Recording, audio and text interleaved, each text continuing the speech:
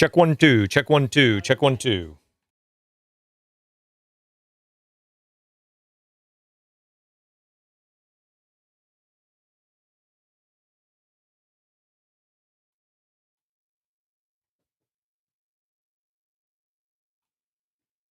All right. Technical gremlins. Getting geared back up. That's what happens when you've been away for, I don't know, seems like months. Check 3 4. I prefer cash. Oh, I love that. Wah, wah. Dad joke. Hey, man. We're back. Finally, we're back. I appreciate you guys being so patient. I think most of you know well, it feels like I just moved. We've actually been in Nashville for a couple weeks now, but me and my family moved to Nashville, Tennessee, and it's been a challenge to say the least. Getting set up, getting moved in, getting unpacked. This is not my studio. I'm at a pretty cool place here in Franklin, Tennessee, called We Rock Studio, and they were so nice to let me come and utilize this place on a Friday night so I could be here with you guys and hopefully dig into some cool stuff. So a couple little things. First and foremost, if you want to participate in the chat, you got to subscribe. Got to subscribe to the channel. And even if you don't want to participate in the chat, subscribing to the channel definitely helps with all the algorithmic stuff. And it definitely helps with just kind of keep everything moving along in regards to that. So if you're not already subscribed, please subscribe, hit the like button. If you're not subscribed to my email newsletter, definitely go there. I might have some special goodies going out next week. And if you're not subscribed, then you can't get them. So definitely come check us out over on my website, chrisbaseford.com. And without further ado, let's jump in.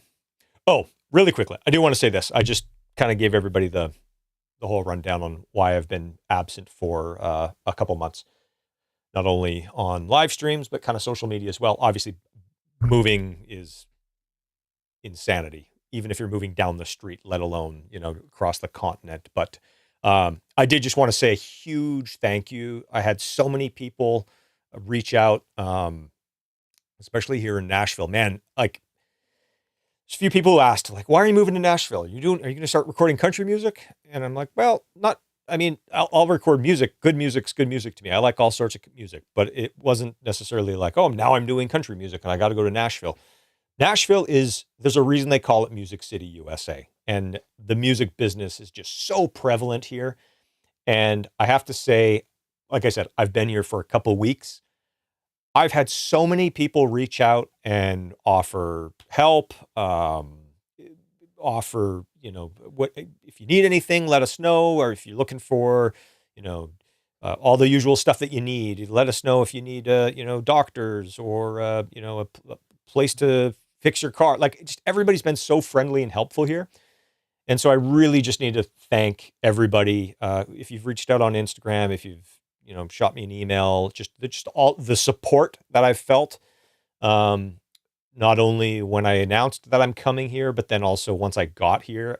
It's a thing, man. It's a thing. And my family and I are already loving it. And we, like I said, we're still in like the painful part of a move, and that you usually hate the fact that you decided to move, and we're loving it. And ultimately it's because of the people who have been so supportive of it. So, thank you to that. I just wanted to make sure I didn't forget that, because that's been something that I've been thinking about on a daily basis. And, I just wanted to make sure I had a little bit of a platform here to just say thank you for all the support. And then again, like I said, thank you for the patience for hanging in there and still being interested in what I got going on here after a couple months of radio silence. So now, without further ado, let's dig in. So tonight, as you guys know, as you probably know, we are going to dig in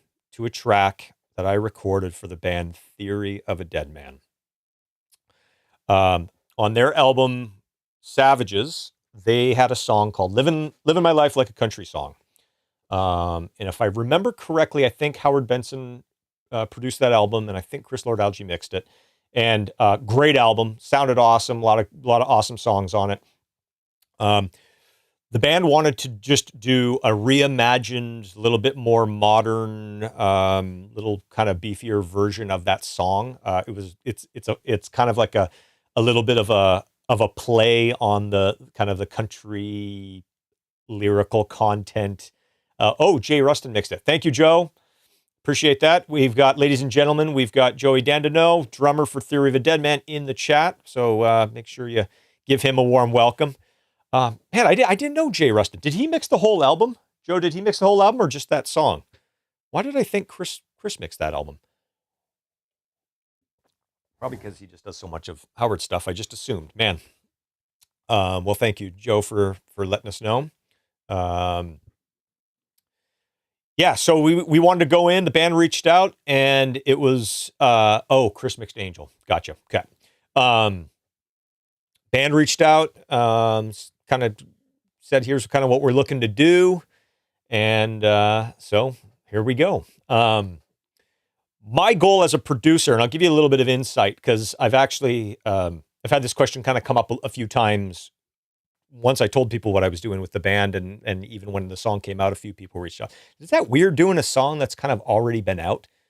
And I mean, the short answer is no, but it's definitely a little bit of a different consideration. I think ultimately the bulk of, typically if you're reimagining a song and you're updating it, as long as it's not, we're completely doing a completely different version of it. And this obviously, the arrangement is similar, even like tempo and all that stuff. It's kind of it's a slightly different groove and a different feel and an overall a different aesthetic, but the song isn't drastically different in its kind of most basic form.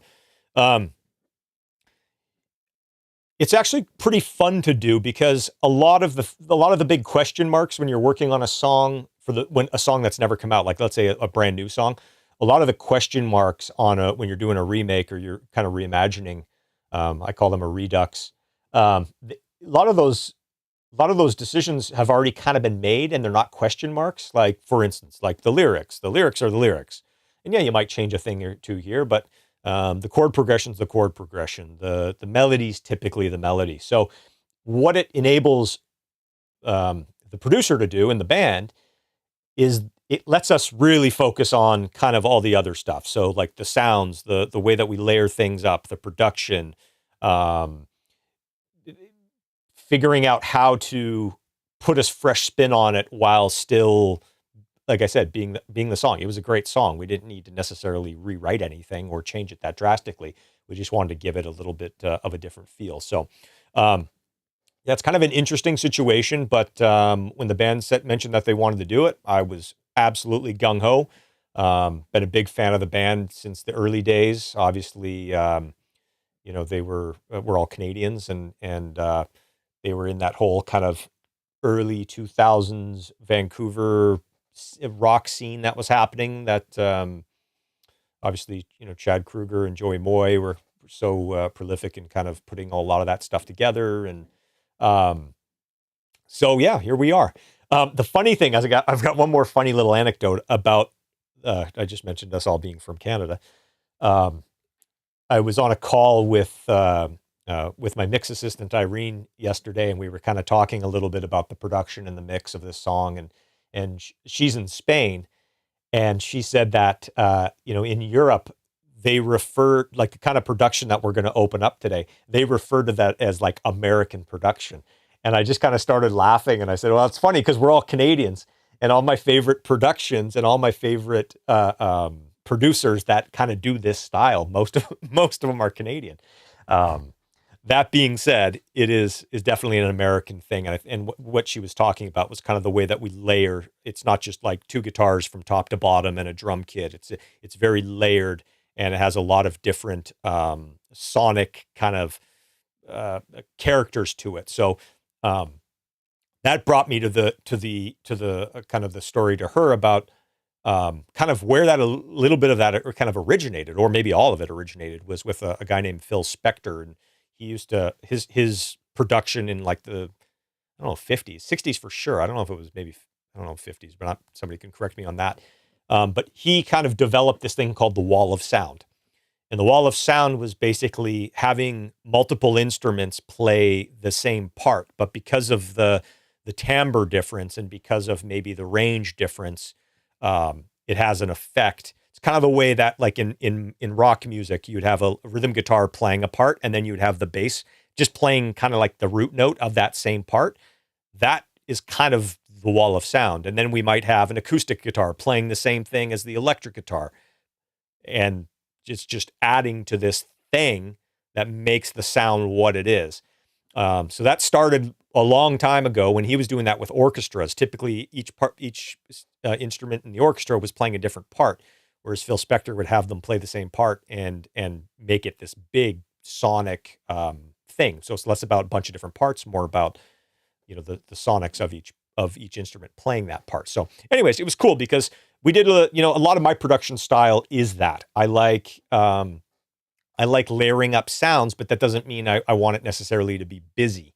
And so I use different sounds, different layers, different elements to fill frequencies and just make the overall sound such a kind of like a cohesive thing without 10 parts going on, but there might be 10 things, tracks, instruments playing parts. So let's dig in. And by all means, throw questions out while you got them. I'll try to watch the chat kind of as we're digging in here. But yeah, let's dig into this. And I'm probably going to get a little technical on some of this stuff. Obviously, like I said, I produced it. I also mixed it. So I'm going to jump back and forth a little bit between talking about the production, and then you'll see kind of things that I did in the mix.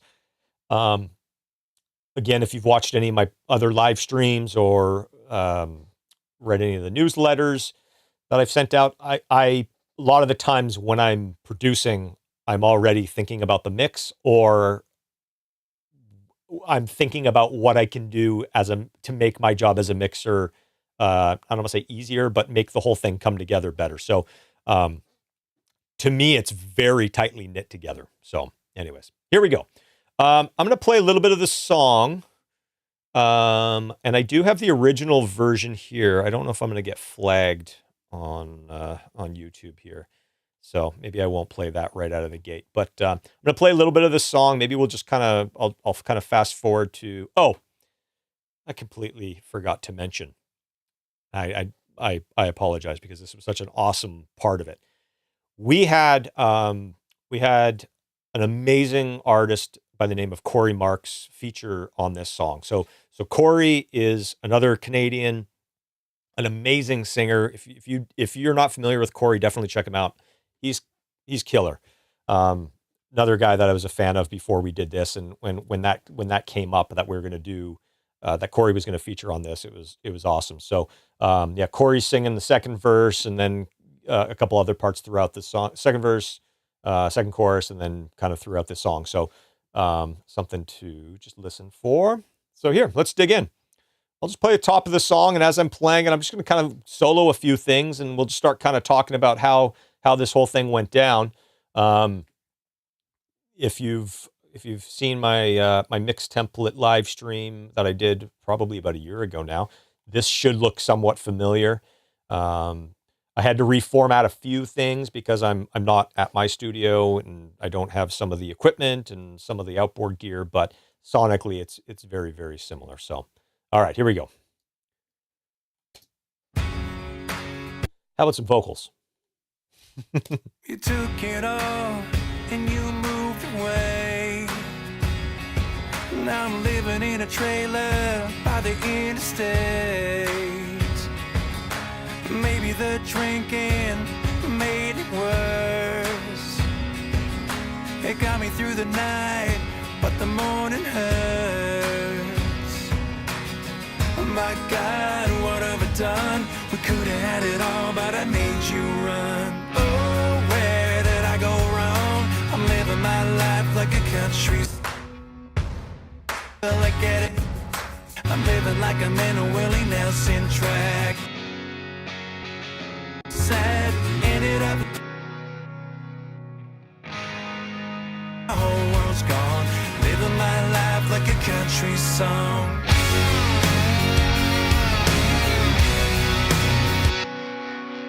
Maybe I stumble when I walk the line. Okay, I'm going to start digging in. I'm going to mute the vocals for a second. I'm refamiliarizing myself with all the layers that we did in this. So,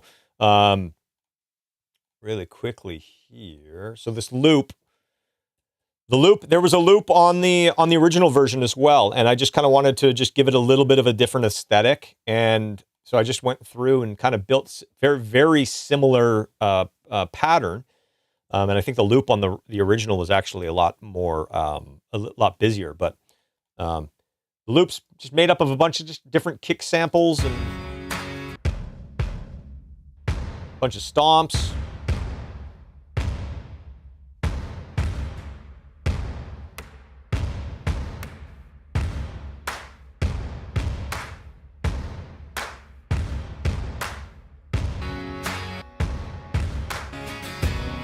And you got to give it a little bit of squash with the decapitator.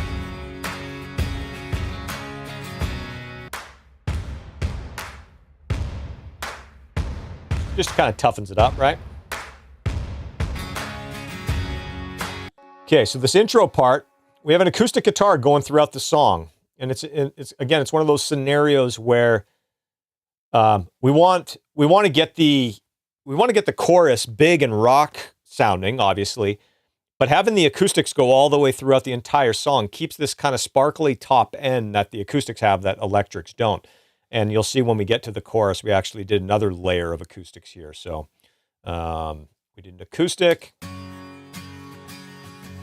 That's a pair, left and right. We've got kind of like a half dirty kind of edge of breakup electric as well. And we've got some swells.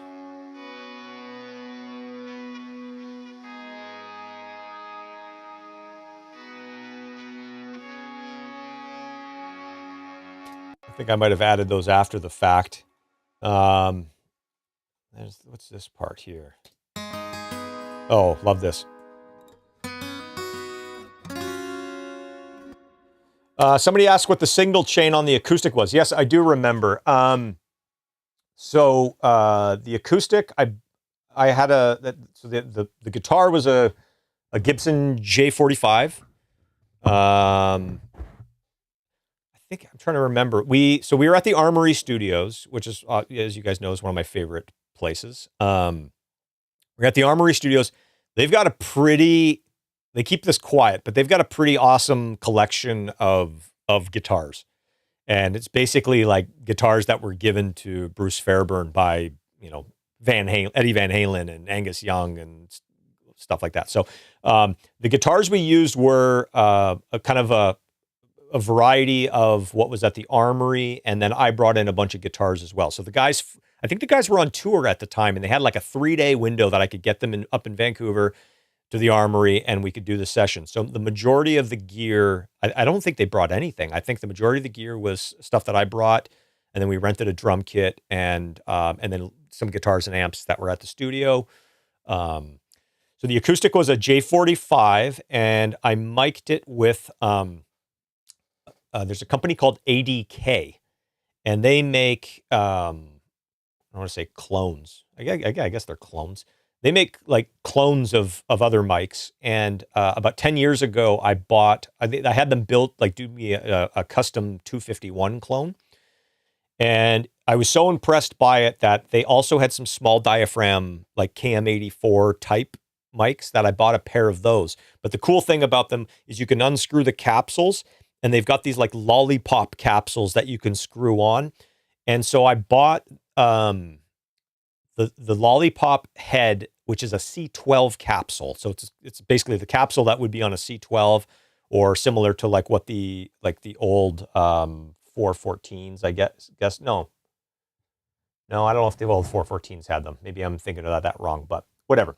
Basically a C12 capsule. So that has become like one of my favorite acoustic guitar mics, is this little Cam 84 body, small diaphragm condenser body with the C12 lollipop that ADK makes. So that was the bulk of the acoustic guitar sound. And then while we're talking about acoustics, I'm going to fast forward here to the chorus, because here's where we add another layer. So that's the irregular acoustic, like the regular 6-string.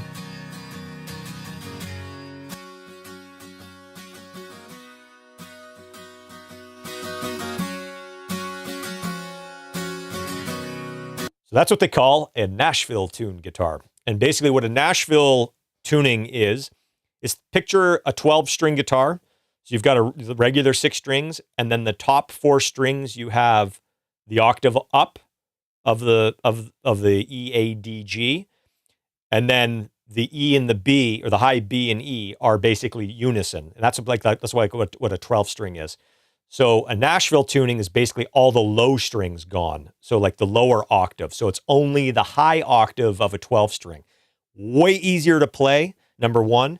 And number two, it's a slightly different sound, because it's not a 12-string. You're playing obviously all the strings at the same time. And this, you're almost getting additional kind of variation that gives it another texture. So I like to always have an acoustic, and believe it or not, it's like a relatively like cheap kind of like Yamaha acoustic guitar that when it's up in Nashville tuning like that, it gives me all those high plinky frequencies. I love layering up Nashville tuned acoustic guitars. So here's both of them together here.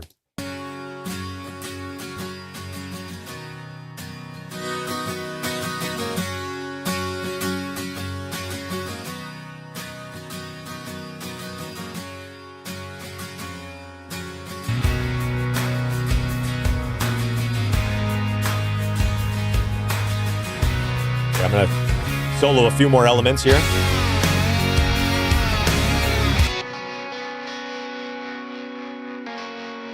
Just a little more twinklies. There's a really cool solo spot. So Tyler recorded a few of the lead things after we did our sessions. We went to the Armoury, tracked drums, rhythm guitars, bass, lead vocals, background vocals, a few. No, actually, I think did Tyler do backgrounds at his place?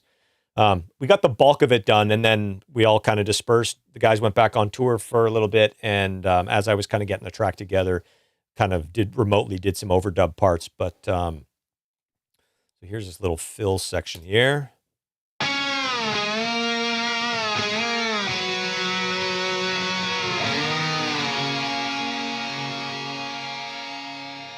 That's what I like. That's what I like to refer to as guitarmony. So there's this. So the track I put it in a folder track. I'll like I said, I'll interject some like technical stuff as we're going here. So although this looks like one track, it's actually a folder track that is made up of 4 different guitar parts. So you've got the lead and a double. Sorry, an octave and the low octave and the high octave. Sorry. So we got this.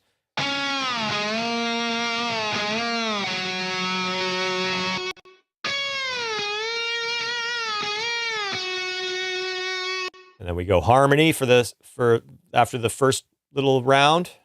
So here, let me play it here.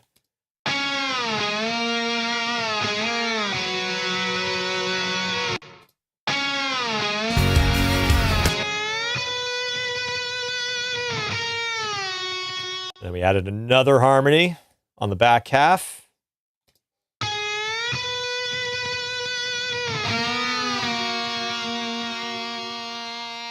And when you put it all together, you got a little mini slide guitar orchestra.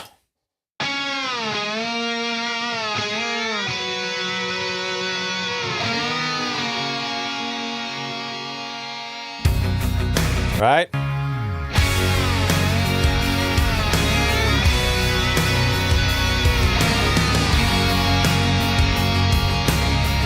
There we go.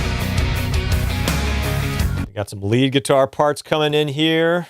All right. I'm like I said, I'm refamiliarizing myself with everything that went into this. And that's the thing. That's a lot of my production style.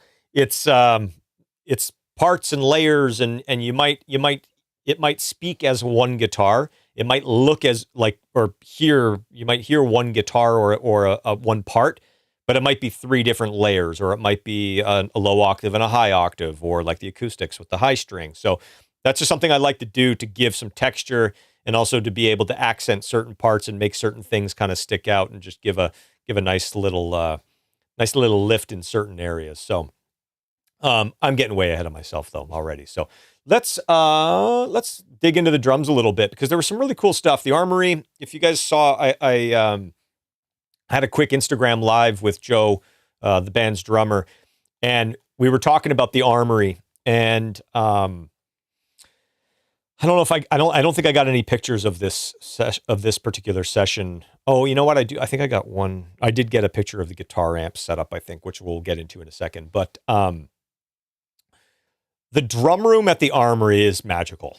It is. I mean, there's no other way to kind of really say it other than it's just magical. You walk in that room and just hearing your voice, it sounds, you're like, you can't help but get excited to record drums in it.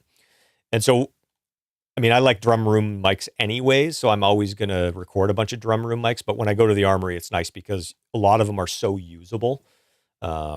And we definitely got a variety of room samples, or sorry, not samples, room tracks. I also got room samples, but we got a variety of tracks in the room mics that always just turn out really great in that particular room. So, again, I am a sample insert expletive. I love drum samples. And so as much as I love getting drum sounds great in the room, and I always try to make the drum sound as good as they can, I always supplement with samples, because it ultimately just gives me some flexibility and allows me to do something that's ultimately sometimes not even possible while tracking the whole drum kit. So when I break out my drums here, you can see I've got quite a few drum tracks, what ends up being a lot of drum tracks. So let's solo the drums and kind of hear what that sounds like.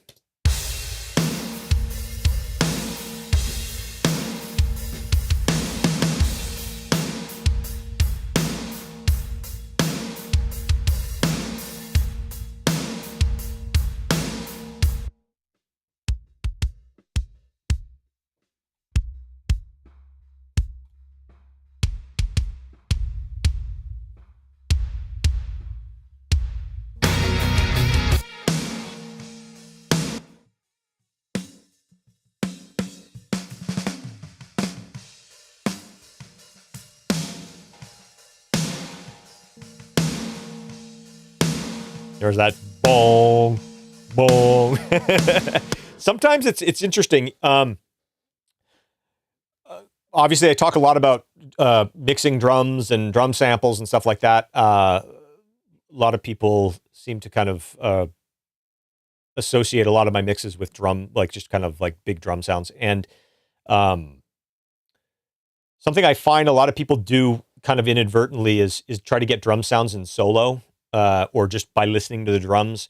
And ultimately, there's so many times where if you just pick samples while you're listening just to the drums and not to the whole track, you're probably gonna start subtracting some of the things that are gonna make those drums kind of poke out. So for instance, there's like a couple really like ringy snare samples in here that are in the track is actually the thing that's really kind of poking out and letting that snare drum ring and have some sustain to it. Obviously, we're getting a lot of body and tone from the real snare and some of the other snare samples. But I know so many people who like that. I think it's this one. Probably this one. So many people would get rid of that ring. And that ring is actually what makes the snare, quote unquote, sing, in my opinion. So, let's actually undid.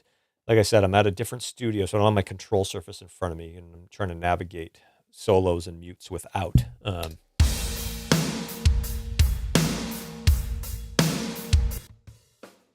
So for drum mics,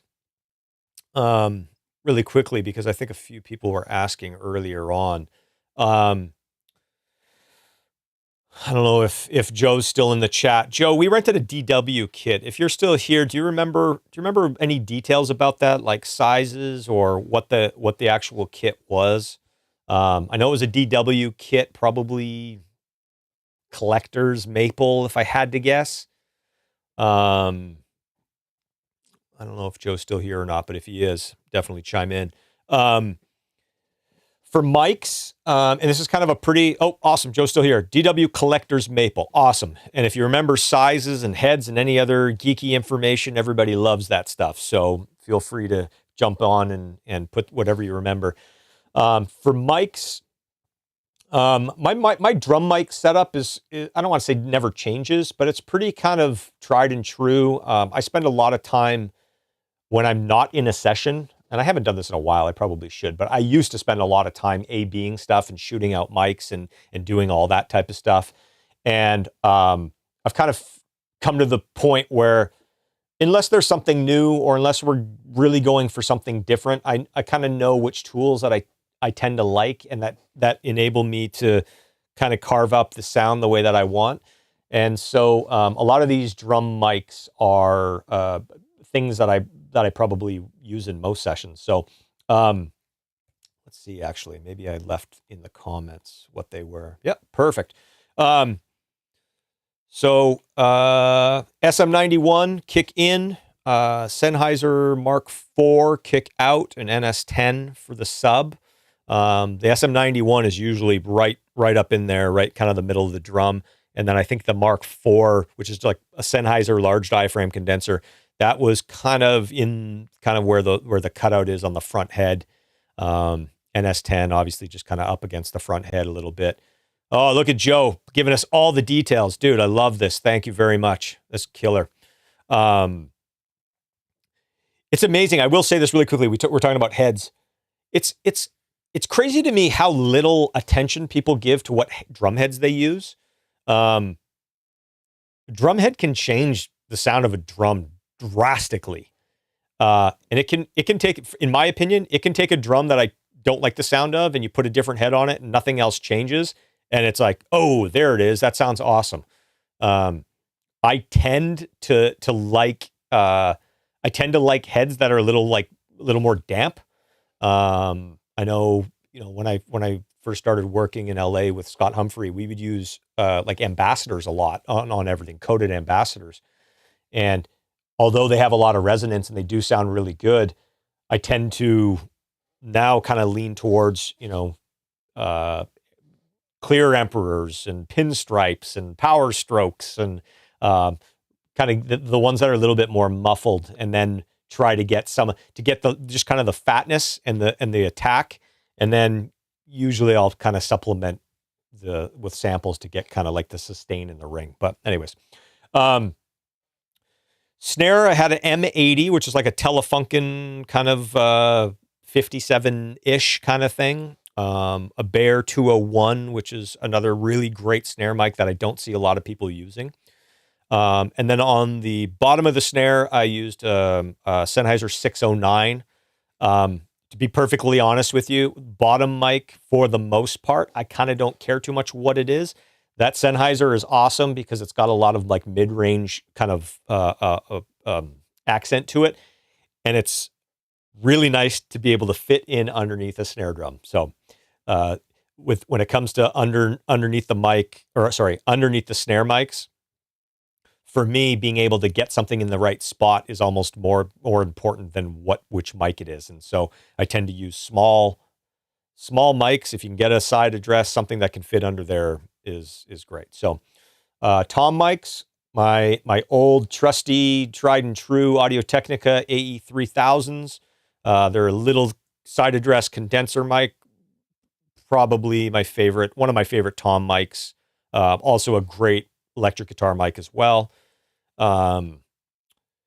Hats, Ride in China, spot mic'd with, it says 451, but I think we might have used KM84s.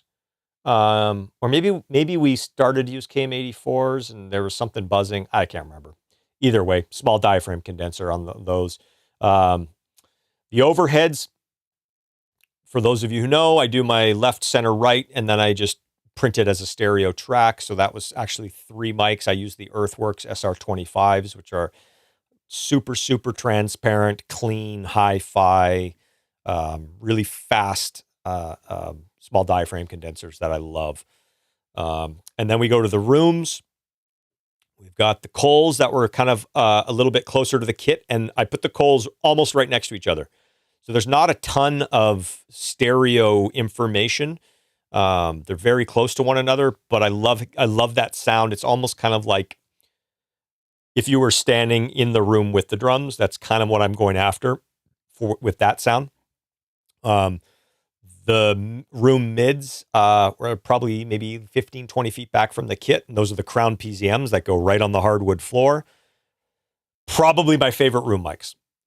Again, one of those things, if you've never experimented with the Crown PZMs, get a pair of those and you can stick them on the walls. You can tape them to the walls. You can put them on the floor. You can put them on the side of the kick drum. Like, they're so cool. And they're not that expensive either. The room far mics, I used a pair of 80K 67s. That company I was mentioning with the acoustic guitar mic.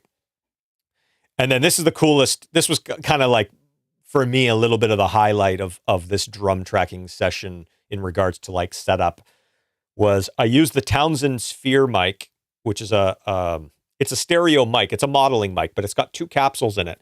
And so you can, depending on what you use, how you set it up with the plug-in, you can track it as a stereo mic. And at the very, very back of the Armoury's drum room, there's double doors, and then there's a concrete stairwell that leads down to the main, to basically like the loading area parking lot. And so I'm actually going to play this really quickly. I rendered it down, so you're not going to see the Townsend. I will show you the plugin real quick though. Townsend. Oh no, it's not Townsend anymore because UA got them. Sphere. Mic collection. Is it this one? So basically, you run this plugin. Let's see if it pops up. You run. Okay. Dunk. So you run this plugin on the stereo track with the Sphere plugged into it. You can basically select what mic model you want. You can play around with how much kind of stereo spread you want. I mean, it's a pretty awesome thing. You can change the axis of kind of where the sounds kind of where the mic pattern is picking up. A lot of really cool stuff that you can do to really shape the sound. I'll have to go back and look at my mix prep session to see exactly what I ended up on with this. I think it actually might have been that U47, but here's that sound.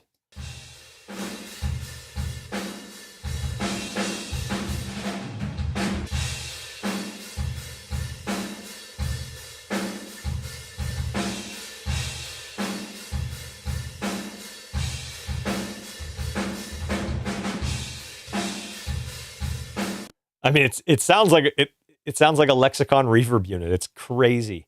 I do have some samples of that, kicks and snare samples of that. If you're not subscribed to the newsletter, make sure you go there and you can maybe get yourself a sampling of that.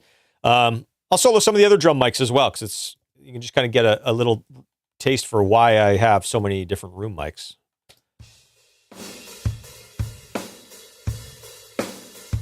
That's a little bit more of an immediate sound.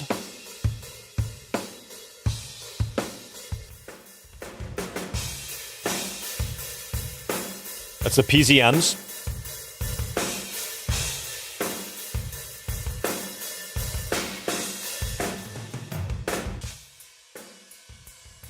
Here's the 67s.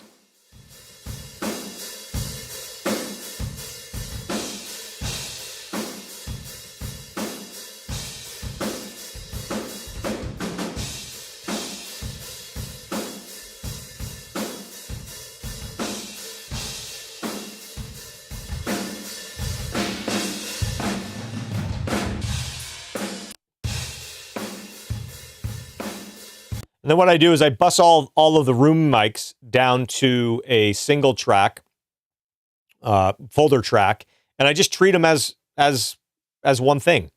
So I kind of use all the different rooms to build I'm kind of designing the room, let's say. And then once it's on the folder track, then that's my room.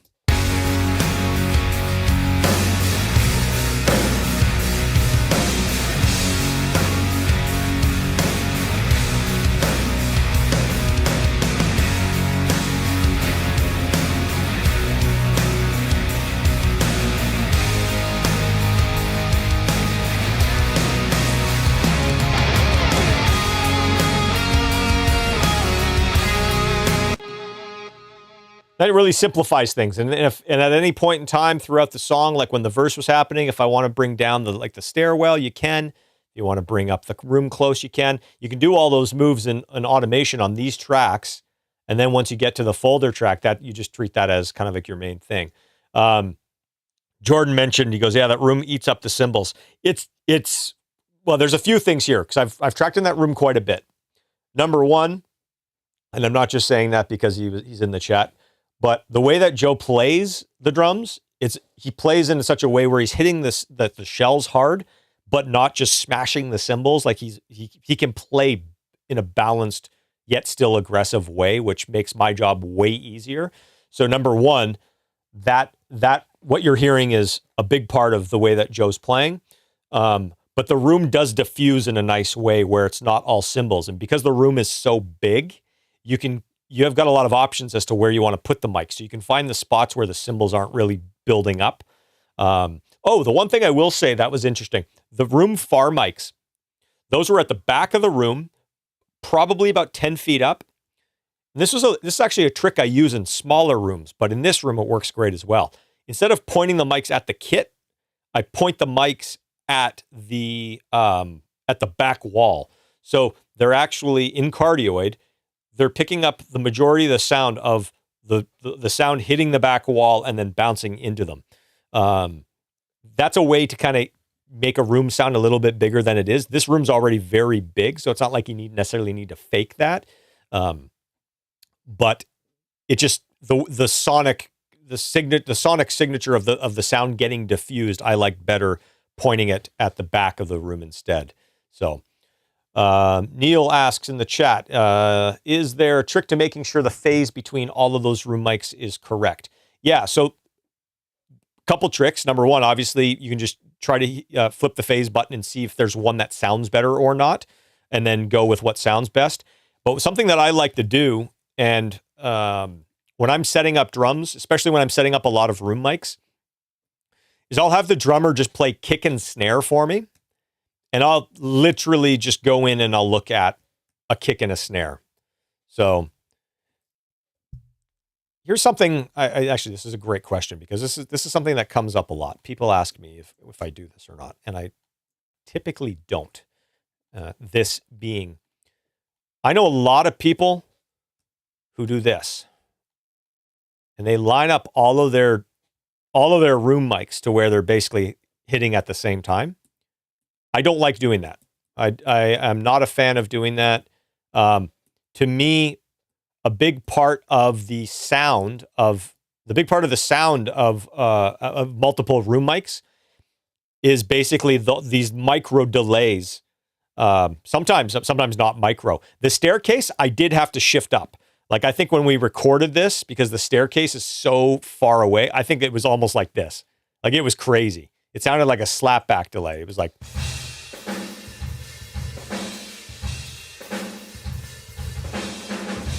Like it was a slapback. So that I found a spot where I really liked the sound of it, and I did shift that.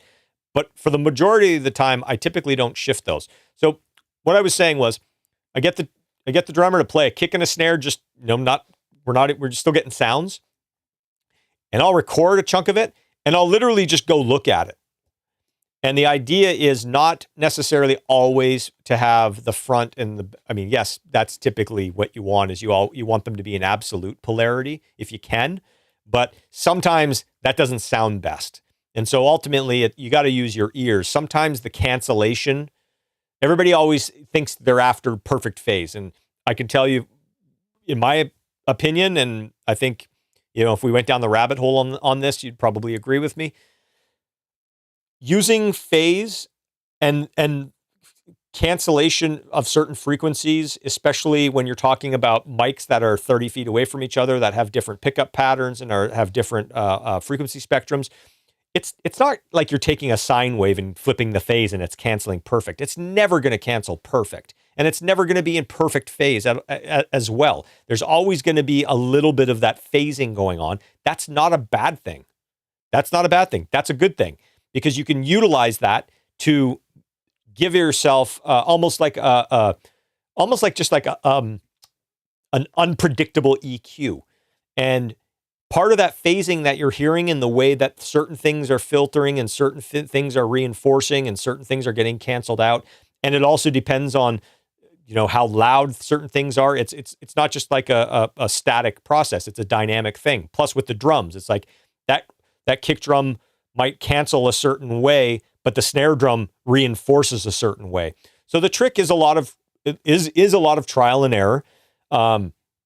Moving things around, but ultimately really listening to the end result, as opposed to, is it in phase or is it not? Because there's a lot in here that's, number one, let's say out of phase, but you can see how different the waveform is for each of these microphones. So they're never going to be perfectly in phase. They're never going to be perfectly out of phase. So it's a matter of picking the combination of, like, for instance, this mic here, let's say, let me move it a little bit and just give you an example. So let's say this mic was like that, okay? There's a good chance that this cycle here would be pretty weak. Like that hit would sound pretty weak. Let's see. Let me turn these up a little bit and see.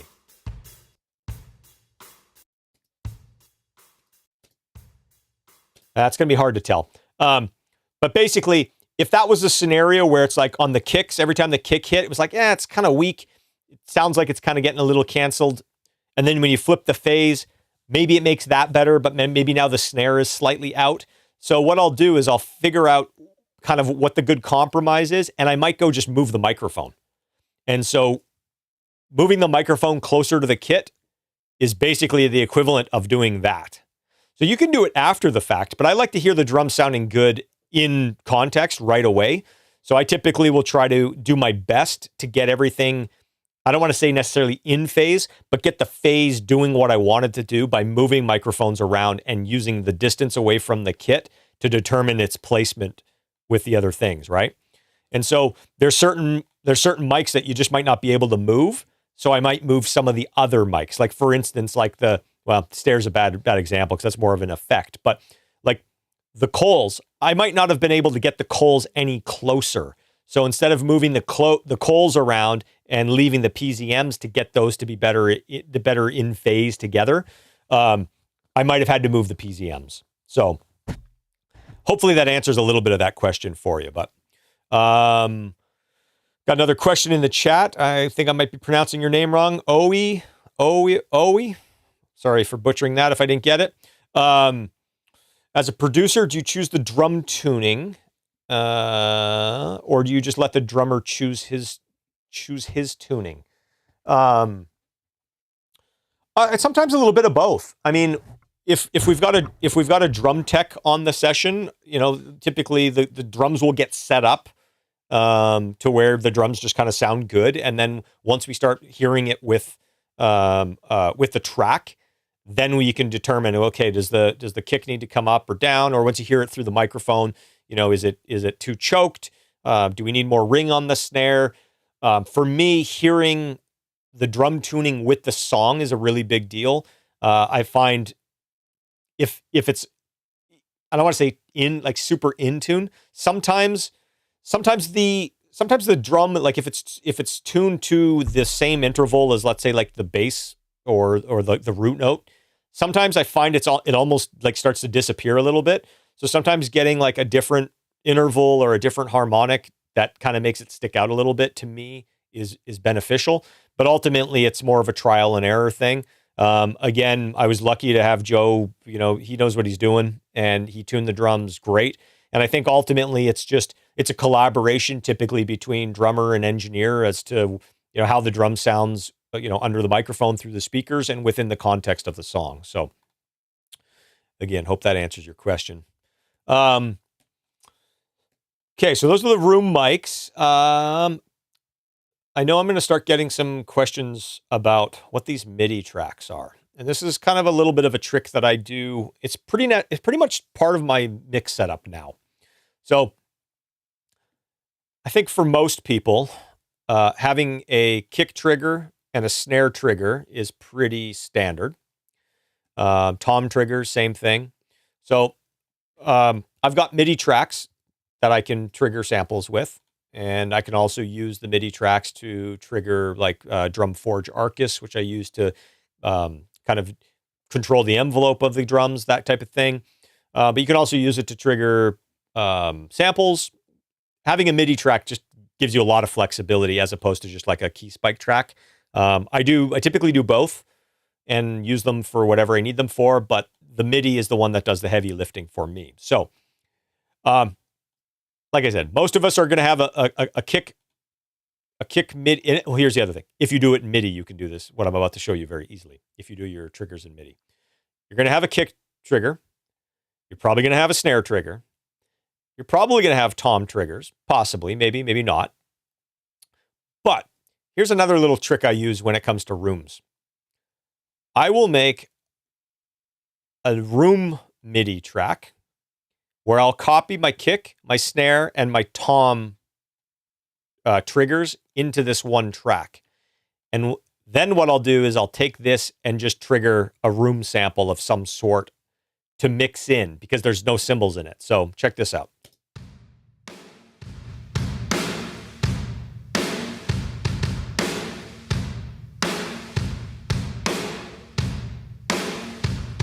Over some tom.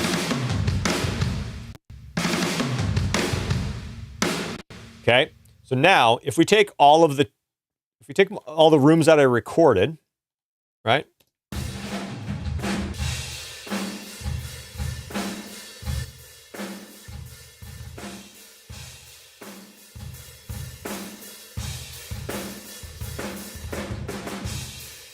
Now, if I wanted to really squash that and really get this like big explosive thing on the kicks and the snares, well, the cymbals are going to start getting pulled up as well. So to balance out the shells and the cymbals, what I like to do is mix in this room track. And I think, let me pull up the plugin.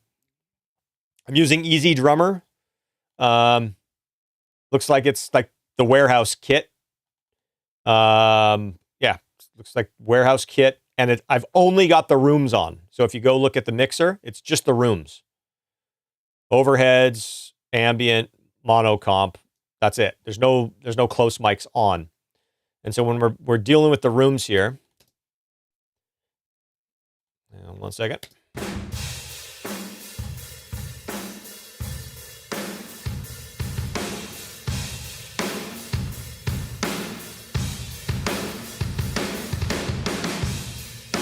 So if you heard, I started sneaking in that in this room MIDI track. I'll do that one more time. I'll start with it completely out.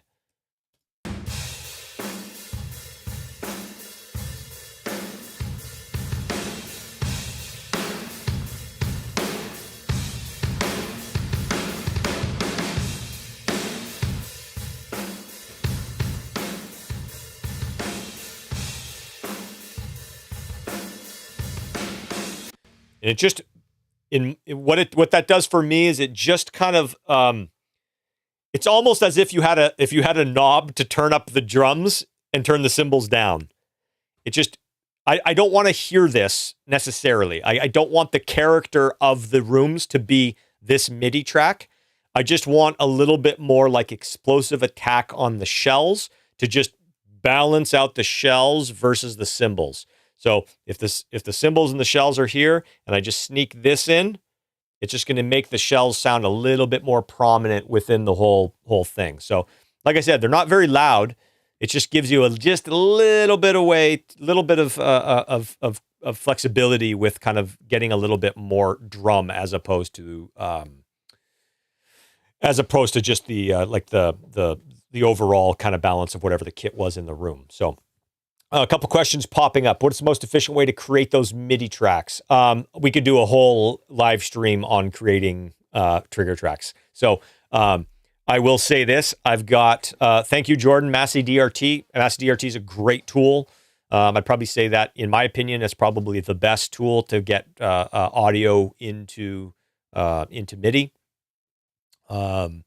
But I have to give full props at this point to Irene, who's my mix assistant, and she gets all of my triggers set up and just absolutely perfectly dialed every time. And so, like I said, we could do a whole setup. Maybe, you know what? Maybe I don't know if Irene's on the streamer right now, but maybe we'll team up on a live stream and we'll walk through kind of like best practices on kind of getting a lot of this stuff set up, because I think she's got a lot of cool tricks, and she's so fast and, most importantly, accurate on getting all this stuff just absolutely perfect. Maybe she'll give us a little insight on that. But anyways, somebody asked, what's your thought behind the coloring of the in outputs? You know what? Super simple. Super, super, super simple answer to that. I'm glad you asked, because I don't think about this anymore. Okay, check this out.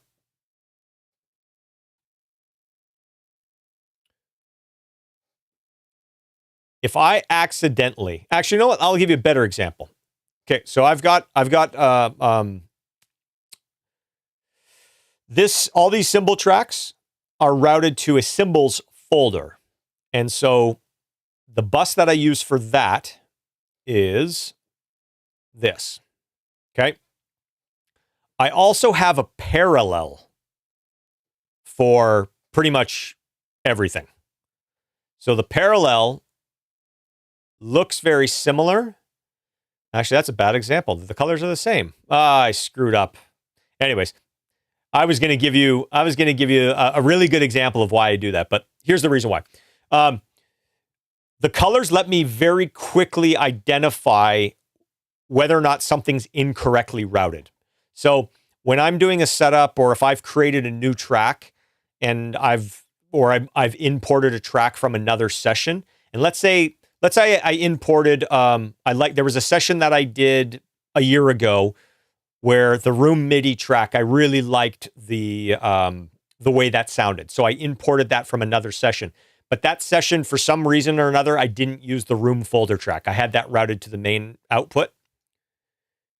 It's very quick and easy for me to see, without having to look really that hard at the text, that that's not routed to the right spot. And so having the color lets me very quickly and easily see that that's routed the same way that all the rest of my rooms are routed. So you can see really quickly, all the kicks are purple, all the snares are green, all the toms are kind of the pinky color. There's the blue cymbals. There's the yellow rooms. It's very quick and easy to identify an error. That's all it is. It's a kind of like a safety check of, are these things routed to the right place? Same with my kind of my larger food group folder tracks. So it very quickly and easily shows me that these are set to the proper input and that nothing's accidentally doubled up. So, good question. That's something that, I don't really think of that often. It's just another way to identify things really quickly. I don't like using colors for my groups of the tracks. I like to leave track colors for identifying what track it is. And so, when they let you start coloring the ins and outs, it just gave me another way to identify stuff. So that way, if I'm working fast, and I can spot an error quicker. So, any other questions coming up? Somebody asked about using a Roland kit, mixing the individual drum sounds with Superior. Absolutely, that's a killer setup. Okay. Let me just look really quickly while we're on the drums to kind of just see what I did on the mix. So again, like I said, I do a lot of I do a lot of these these folder tracks that once I get the snare balanced with like this is a lot to handle. Like this is a lot to be thinking about at all times. So what I like to do is think of all of these feeder tracks as almost like a sampler. Like think of it as like battery or trigger or something like that, where you've got all these different faders that then once you collapse them down and you close the plug in, that's just your sound now. And that's how I use this. So when I'm mixing, most of the time, once I get the snare kind of balanced the way I want, this doesn't change that much. Then I just treat the snare as its overall thing. Now that's like the sound. And same with the kicks. Same with all of this stuff. I mean, that's why I do it. So when I'm mixing, I really only have like 5 drum tracks, let's say. I've got kick, snare, toms, cymbals, and room. That's it. Now, if at any point in time I'm like, yeah, you know what? I think I want a little bit more like sizzle on the snare and I want a little more bottom mic, I can go in there and adjust that or add a little bit of a more ringy sample or whatever. But then I close that down and I kind of don't even think about it as being like 10 separate tracks. I think of it as being, that's my snare track. So, let's look here real quick. So the majority of this is just kind of some overall treatment. I think on the kick and the snare, I'm using the Kush Omegas to kind of just give it a little bit of like a saturation squash. Looks like I'm doing just some low end EQ on the kick. And here's where I'll start getting into a little bit more like surgical stuff. And I love the Pro Q3 in its dynamic mode. I'll solo the drums. So it's just pulling a few things out, but just on the kind of on the attack of the kick drum. Snare, not a heck of a lot going on. A lot of this was done kind of by balancing out. A lot of the EQ and a lot of the compression and stuff was kind of done by balancing out the samples that I picked. And then the other thing that I will mention is when I'm tracking, I'm usually tracking with EQs already on. So I know with this particular session, when I went to mix, the way that the drums sounded in the room at the Armoury, like the way we were listening to them, before pre-mix, let's say, while we were tracking, any EQs and any treatment I had on that before I went to mix, I committed that all. I just rendered it all down. And so once I get to mix, it's as if we printed all of that stuff on the mic pre, which is kind of a new way of working for me because I used to basically EQ to tape on the mic pre's. I still do that, but I'll EQ even more on a plugin. And then when it comes time to mix, I'll just basically render whatever I'm doing on that plugin down. So that way, again, when it comes time to mix, I don't have to do a ton of heavy lifting on any of this stuff. So as you can see, like some of these, obviously the samples don't have a ton of stuff. I try to pick the samples that already solve the problems that I have, so that there shouldn't really need to be a ton of EQ on them. Even the live snares don't have anything on them because maybe a little low end rolled off and a little compression. No, not even compression on that one. I just gated them down because ultimately I treated them the way that I wanted them to sound while we were tracking, and then I printed that. So I highly recommend you guys do that if you're not already doing that. And then, like I said, once you get it into your folder track, now you just treat it as a single thing.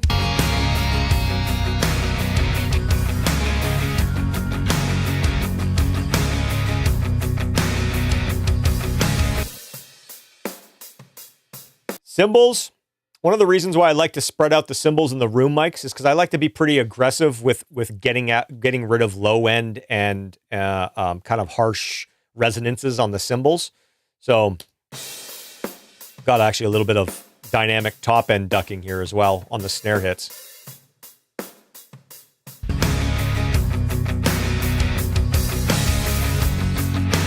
I'd like to be able to turn up the cymbals. It's interesting how in a lot of modern rock mixes, the cymbals are so buried now, so like kick and snare heavy.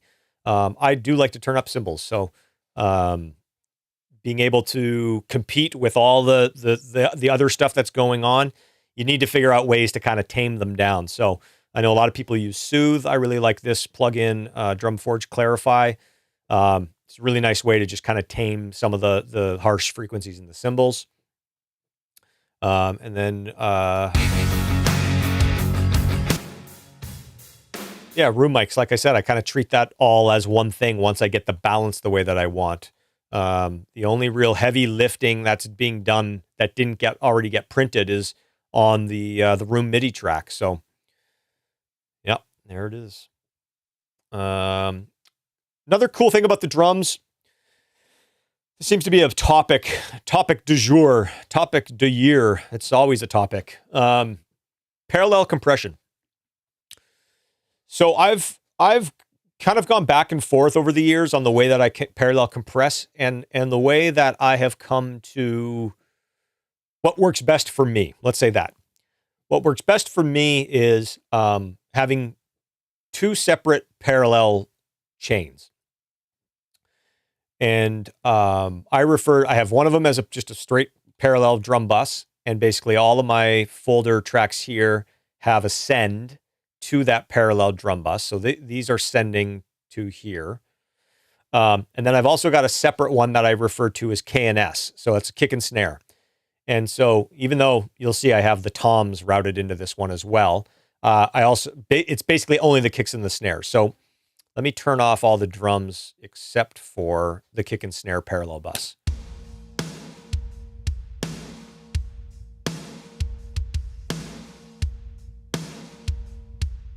That's just the kick and the snare getting squashed parallel to the regular drum bus. Let's listen to my kind of typical parallel drum bus.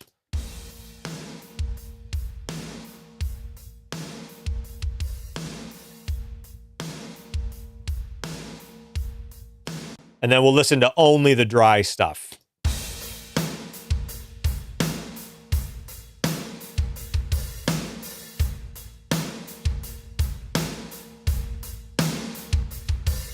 Okay, so why parallel and why have two separate parallel buses? For me, it's all about control, and it's all about being able to shape what exactly the parallel's doing. So for me, I have my main parallel drum bus is almost to get, let's say, to fill in the spaces between the kick and the snare. Like, so if the kick's going do, ga, do, ga, do, ga, do, ga, I want the parallel to give me sustain. I don't need any more attack. I need sustain. So when I move the parallel up, I want it to bring up all the stuff between the hits. So instead of being do, ga, do, ga, I want do, ga, do, ga. I just want it to carry out longer. So typically my parallel drum bus is kind of pumping in between the drum hits, and it's not necessarily adding attack. It's just adding kind of like a movement, a pump, an excitement. So I'll play the drums with my parallel down, and then I'll mix it in. You'll kind of hear what it's doing. So.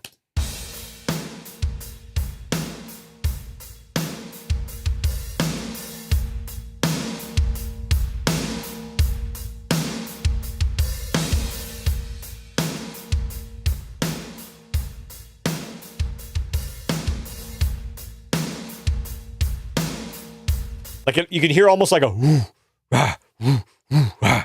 Like, oh, Jordan, you just said it kind of sounds like an AMS thing. Yeah, it is, because it's almost like I'm shaving off the attack, and I'll actually show you the plugin. It's a relatively fast attack. So what's happening is the kick and the snare hit, and the compressor pulls down and then sucks back in. So it almost is a little bit of that wah, wah, whoa, whoa, wah. Like almost like this reverse reverb kind of thing. It's not, but it kind of is. And what that's doing is after the dry kick and snare kind of, they're finished, this thing comes and basically pushes into that space. Okay, so that's what I like my parallel drum bus to do. This is what leads to the next one. I also got to a point where I wanted to be able to enhance the attack sometimes, not all the time, but I wanted to be able to enhance the attack of the kick and the snare, or even the toms. But I didn't want to do it on my actual feeder tracks here, like the kick and the snare folders, because then that affects the sound of my parallel drum bus. So it's going to make the compressor, if I start changing the attack and the envelope of the kicks and the snares here, it's going to start changing the way that this compressor pumps. And if I do it here on my drum bus, well, then I've already got cymbals already in there. And so that doesn't really help either, because it's going to basically potentially change the way the cymbals are doing their thing. So I decided to add a second parallel bus on my drums that I use for attack. So when I collapse this, I've got 3 drum buses. I've got my dry, my parallel, my main parallel, and my K&S. This is to get the overall drum sound. This is the way that I want the drums to sound. And if that's all I had, great. I'll make that work. This is to give me sustain and excitement and give me some of that bombastic pump. And that's my main parallel drum bus. This K&S is to give me attack and smack. And sometimes I hit this thing so hard when you listen to it in solo, it just sounds like it sounds very unnatural. But when you mix it in, it gives that transient back. Once I balance out my sustain parallel, sometimes you start losing a little bit of the transient, and this is where that gives that back. So Jordan asked how hard I'm hitting the 2500. I'll actually play them both for you here.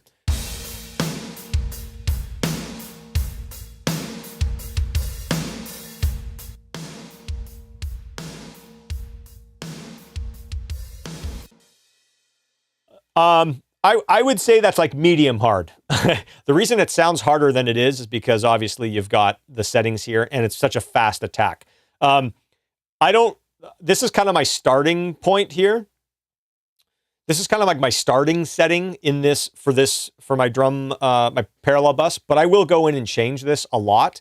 And ultimately, there's so many mixes that I'll get to like 75% through a mix. And I won't even know how hard I'm hitting this. Like I won't look at it, and then but I'll be liking the sound of it, and then I'll go to say, oh yeah, I just want a little bit more attack, or I want the release to be a little slower or something, and I'll pull this up and look at it, and the needle's just buried. So I'm not super cognizant of what the needle's doing at any given time. It's just kind of what it sounds like to me.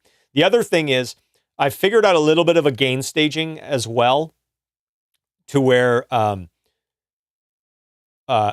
try to get all my feeder tracks hitting my folder, my kick sub at a certain level, and then I do my overall volumes on the kind of the kick, snare, toms, sims, kind of my subgroups here. And then when I'm balancing those, I try to get those to hit the drum bus at a certain level. And if all that works, and it very rarely works perfectly, but if it gets me in a ballpark, if all that works, it's usually, now that I've kind of done it enough, it's usually hitting this the way that I want it to sound, at least as a starting point. So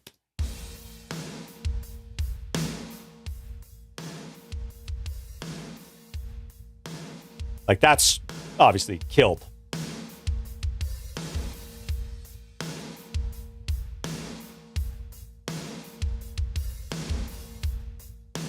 Okay, so you're getting a lot of that. Let me solo the kick and snare bus so you can hear that as well.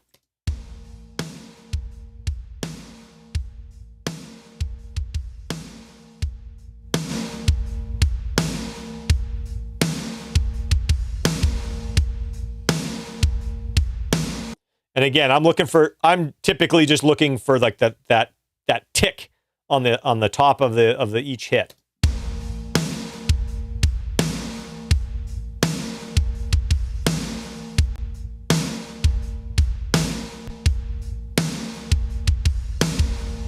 All right, so now what I'll do is I'll play the dry drums, or just like the regular drum bus, and then I'll put in the parallels and I'll mix them in, and you can kind of hear what they're doing. So here's just the drum bus on its own.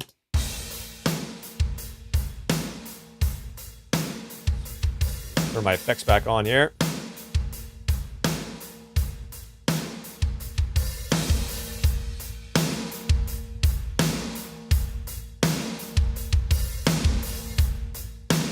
Okay, so that gives me the sustain, that gives me some of that bombasticness, right?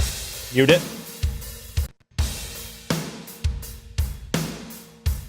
Like there's nothing wrong with that drum sound.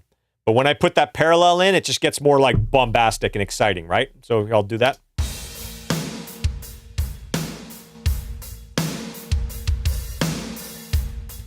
Okay, so now in solo, this sounds great. Once we start putting more elements in, we're going to start losing the attack. And that's typically why I added this. I didn't want to change that much. I just wanted to give the kick and the snare some more attack. So now listen when I start feeding that in a little bit here as well.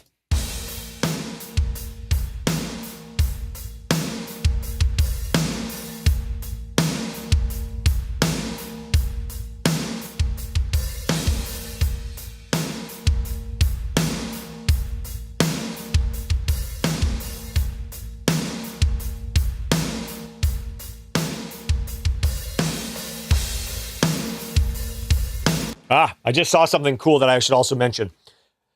Doing it this way also gives you flexibility with automation. So I will actually ride the parallel buses at different points in the song. So as the song starts kind of building up and into the chorus, and you can hear Joe's kind of like opening up a little bit on the hi-hat, and he's kind of building into the chorus. He's playing dynamically into the chorus. I can also then start riding up some of these parallel things, because I might not want all that attack in the verse when the verse is a little more empty. And I might not want all that bombastic nature in the chorus once the chorus starts really getting filled up.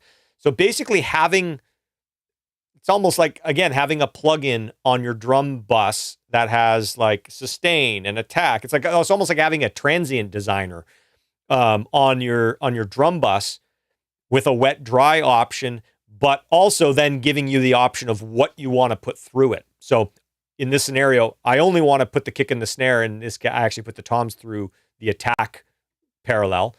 And at any given point, if I'm getting too much cymbals, actually you can see here, I've got the rooms. The rooms aren't routed in this session. The rooms aren't routed to the parallel. Some sessions they are. I turn that on. It's bypassed. Sometimes here, this is another good example. This is great. So I ducked the cymbals 8 dB going into my parallel. If you were trying to do this all on a plugin on the drum bus, you couldn't. You don't have enough control. So this just gives me control over basically everything. I'm going to hit the chat really quickly, and then let's move on to some of the other elements of the song here. Do I work with a reference track? How do I use it during a mix? Thanks for everything. Keep slaying. I listen to references all the time. And it just kind of changes depending on what I'm doing.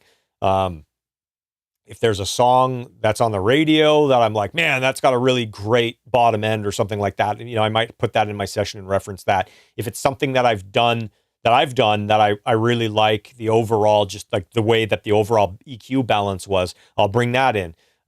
In this case, I brought in a few different things. I brought in the original version just so I can kind of hear, like, make sure that, we're competitive and just see kind of where's the vocal sitting, and making sure that I'm not like completely out to lunch on kind of where I'm going with that.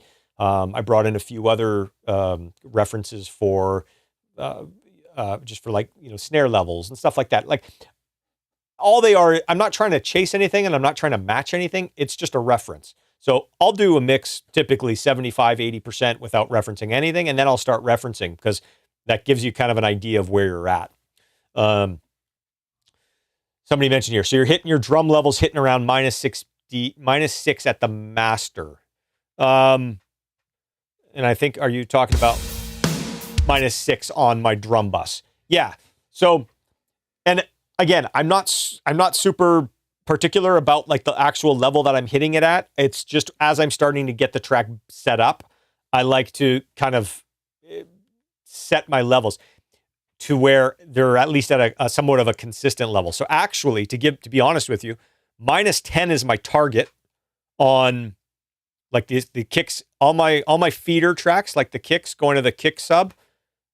-10 is my target. So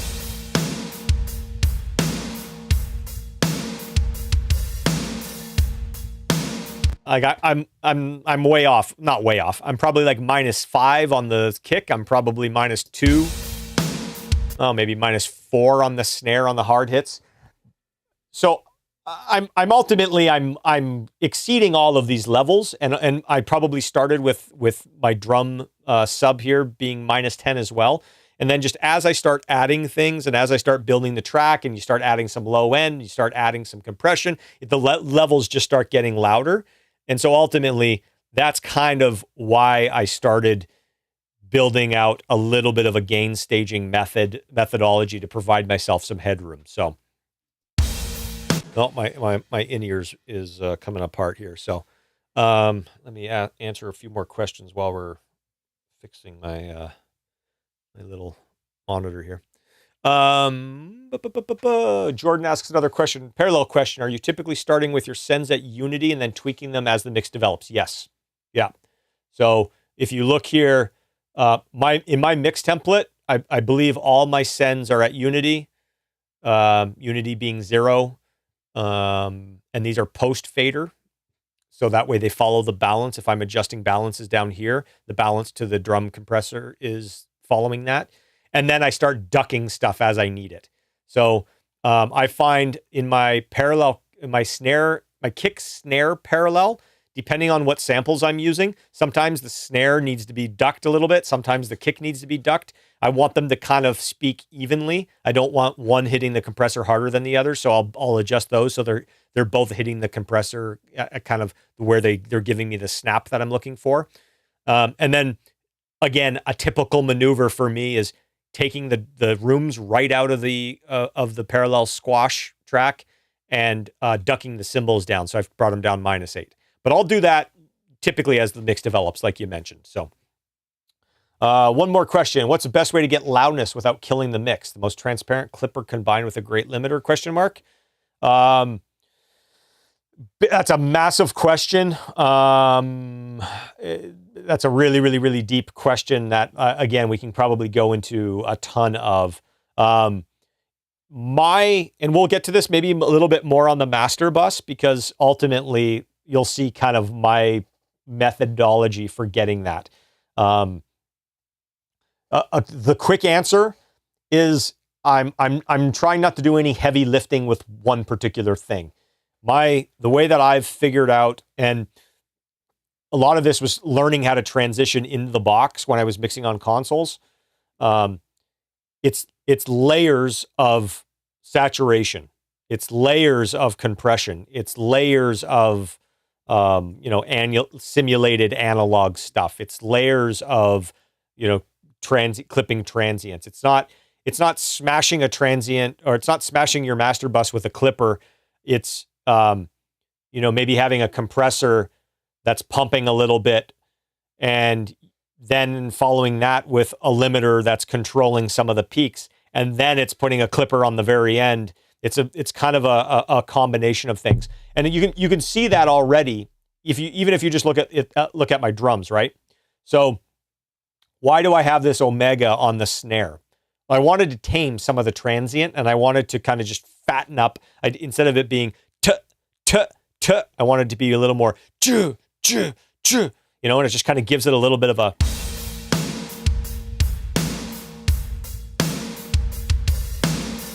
Just fattens it up and takes a little bit of the transient off. And if I hit this harder,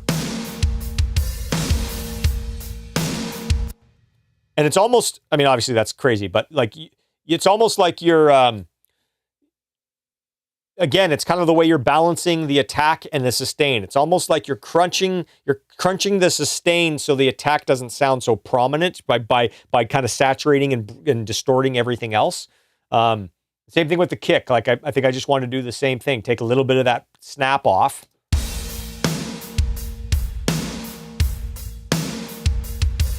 Just fatten it up.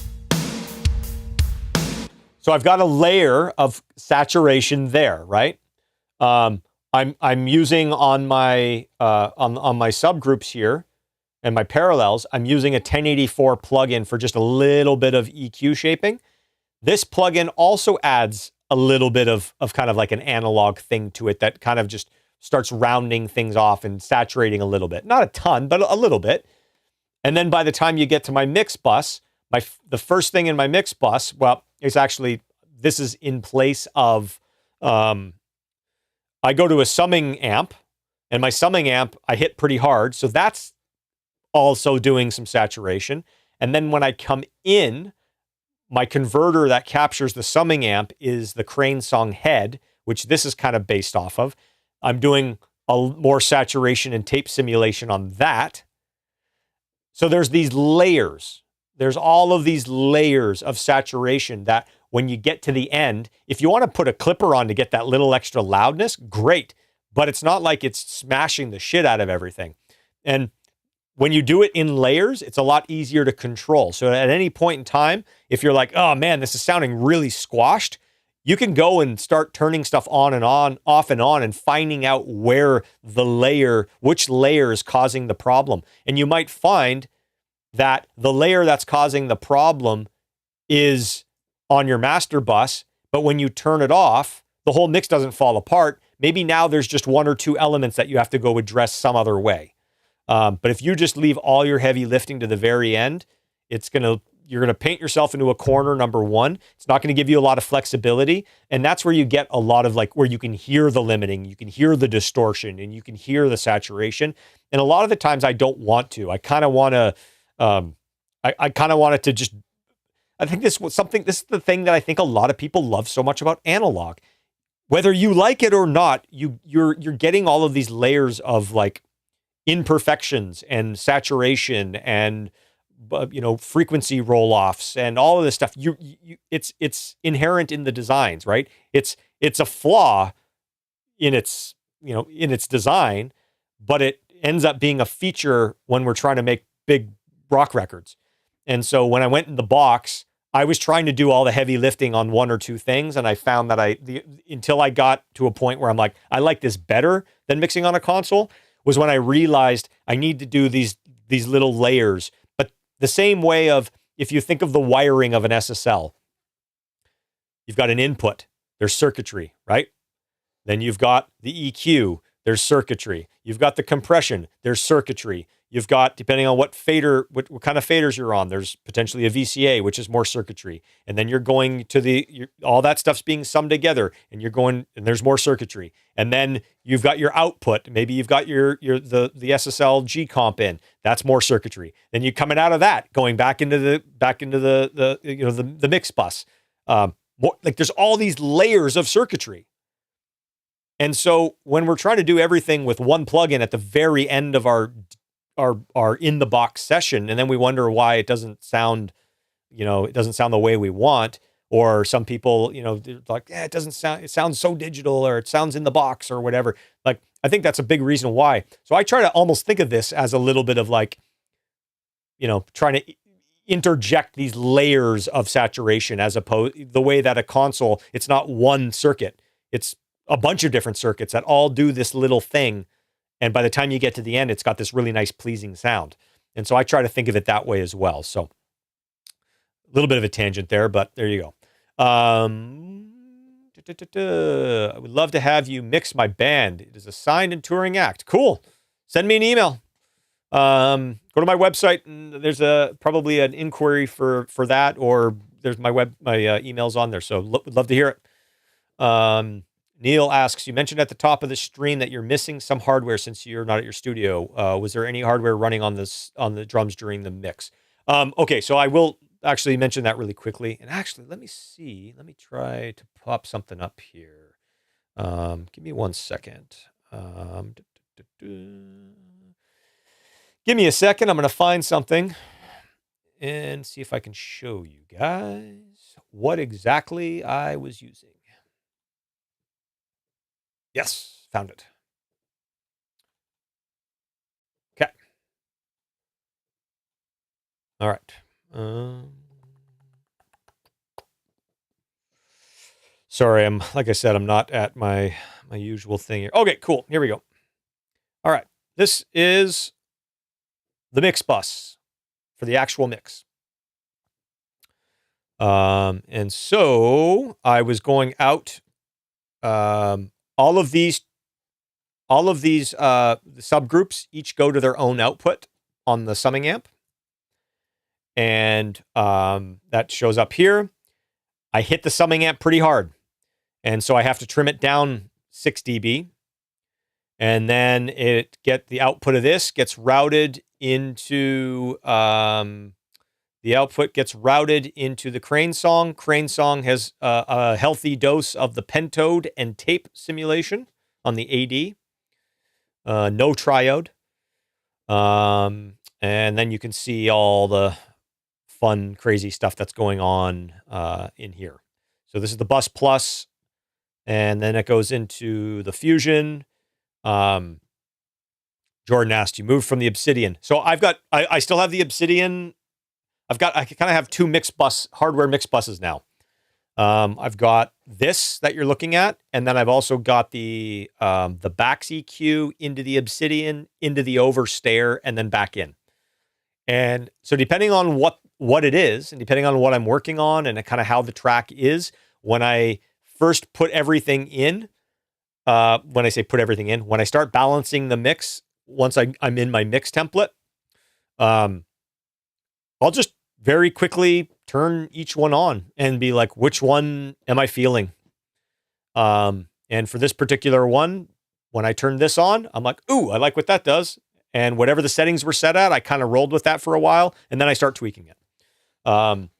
If neither of them work, well, then I just start tweaking. I'll go with whatever one I think I need the most of. There's things I like better about this than I do about the other one, and there's things about the other one that I like better. The Obsidian, for me, is probably my favorite Mixbus compressor. This has a lot more flexibility. Like, there's so many options on this. Something on the Bus Plus that I really love is these dynamic EQs. So it's basically a low frequency and a high frequency dynamic EQ, kind of like what you could do with the Pro Q3 or any other dynamic EQ. But I really do like those. And so what those were doing on this particular track, I really liked. And it was kind of giving me the frequency curve that I wanted for the overall song. So that's probably why I rolled with this. But yeah, excuse me. Oh, big shout out to our buddy, John Plett. He's in the chat. He's the one who hooked us up with this awesome studio. For those of you just kind of joining in now, we are, oh man, this is, we're at We Rock in Franklin, Tennessee. It's a really cool studio that I'm super pumped to be here, and I'm hope to do some more work here as well. So, but shout out. Look what they got. A&W root beer. My son would be proud. Me and my son are on a root beer kick. We've been talking about starting our own root beer review YouTube channel. So, excuse me while I have a sip of root beer. Oh, A&W is still one of my favorites. Anyways, back to the chat. Yes, everybody give John a thumbs up and a thank you. He's the great facilitator. Okay, do you start your mix with the Mixbus hardware on or turn it on after the mix develops a bit? I usually turn it on very early. And when I say very early, like I'll get a balance. I'll get a balance of the mix. Like, I'll start balancing things if it's a mix that somebody else sent me. If it's something I've produced, then I've obviously by the time I get to mixing, it usually already sounds like something. But I typically will get a balance, and once I get everything is just kind of in a decent balance, and I've kind of have my snare drums picked and my kick drums picked and my, overall kind of guitar EQ and stuff like that, then I'll turn it on.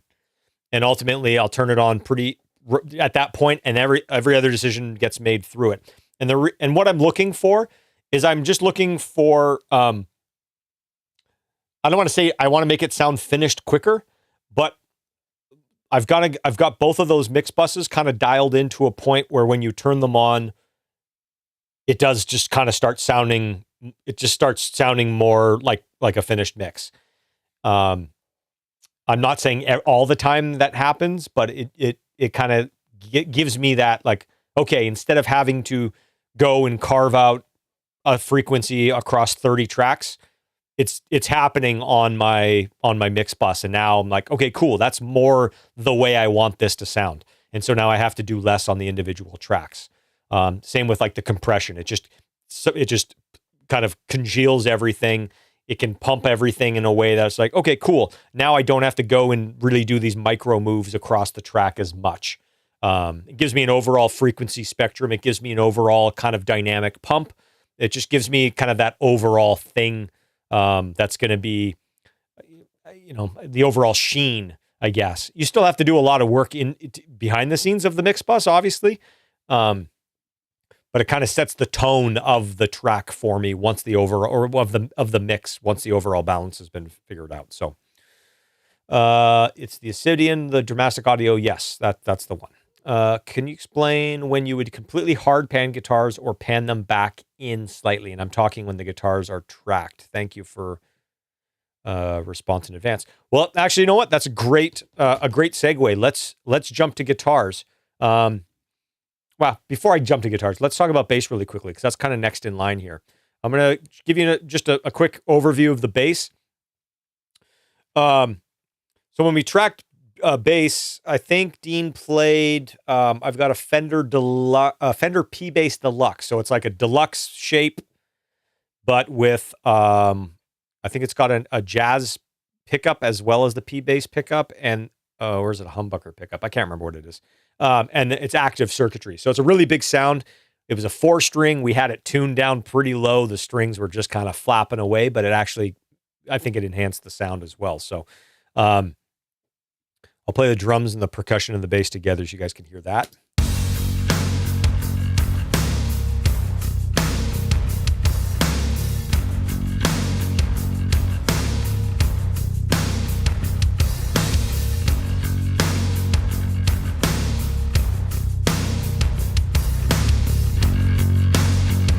Hear those strings flapping away?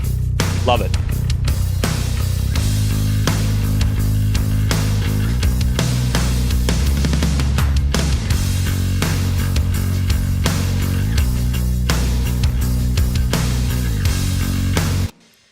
So nice big fat bass sound, but we wanted all that cut, and that's why that, like you're hearing, I probably accentuated the crap out of the top end. So just a quick overview of the bass. We tracked, I usually like to track two, well, it's called amp here, but it's actually a DI. I usually do 2 DIs, and one DI is kind of like a clean DI, and then the other DI is usually something that's kind of a little distorted. Maybe it's a Sans amp, maybe it's, in this case, I think it was, Hartkey makes a pedal called, I think it's called the Bass Attack, or something like that. Just gives you a really cool kind of grind. And so in this scenario, I actually didn't even use the clean DI. We only used the grindy, which it says amp, but it just says amp because that's what's in my mix template. I don't care whether or not it's, amp or not. If we had recorded an amp and it was DI, it would be labeled DI2, whatever. But here's this on its own here.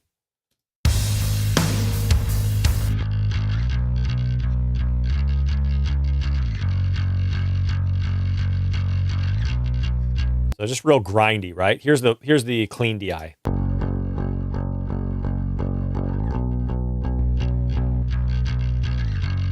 I like the clean DI too. Probably would have been good mixed in a little bit.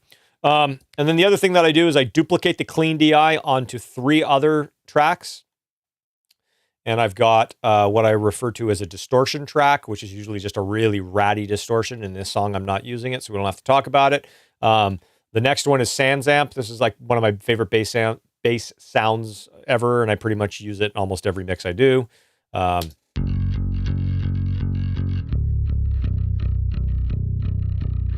It actually doesn't sound too dissimilar from the grindy DI that we did.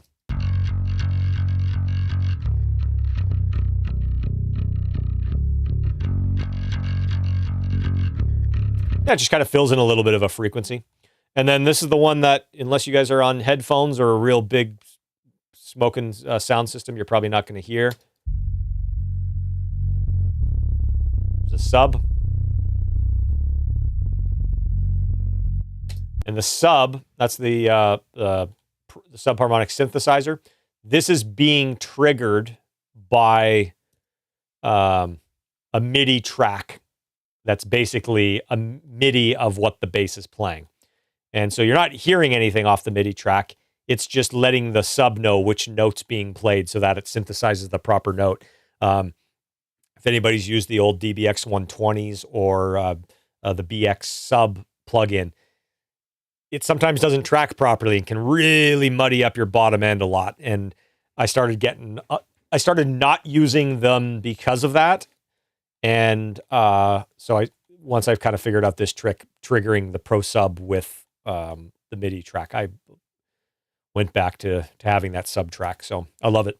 I love it. That's, again, it's nice. I just like having the control of, if I want more grind, I can turn up that. If I want it cleaner, I can turn up that. If I want more sub, I can turn that up. And those levels can change as the song progresses. So then once that sound is kind of balanced out, again, then I treat my bass as one element. And so I compress it, I EQ it. So here, let's just solo this real quick. So hitting it pretty hard.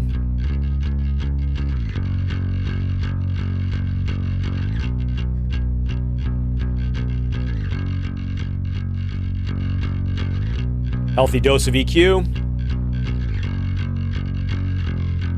And then just adding some more bottom end. I've had a few people, when they see me do this, they're like, why don't you just add more bottom end on the SSL plugin? Probably because I didn't know which frequency I wanted yet. And I wanted to leave the EQ that I had, I liked. I just wanted a little bit more bottom. So instead of changing it here and then kind of screwing up what I've got going on, I just added an extra plugin and just added it there. So no particular reason other than I just like to be able to leave everything intact and hear just a little bit of addition on top. Somebody asked, do I make the bass MIDI by hand? We'll have to ask Irene that. I used to. I mean, you can do the audio to MIDI. Melodyne, depending on the bass, can sometimes give you. It's sometimes close. There's so much editing to make it tight and actually make it accurate that you end up doing so much of it by hand. But yeah, it's a thing. How do I deal with bass phase, DI and amp relationship, etc. when reamping or mixing? Kind of the same way that you deal with drum phase.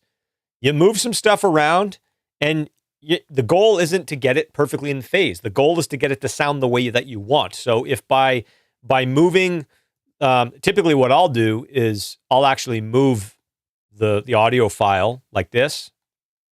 You know, if I want to play with the phase, you can do that. That's one way of doing it. Another thing that I use quite a bit is a plugin from Eventide, Precision Time Align. This is a great plugin, especially for exactly what you said. When you're reamping and you get that weird phasey thing because you're getting the time difference between the round trip of going out and back in again. Using this plugin to basically adjust the phase here, I'll actually play it a little bit for you. So here we'll do the grindy DI and the Sans amp, and I'll play around with the phase so you can hear it.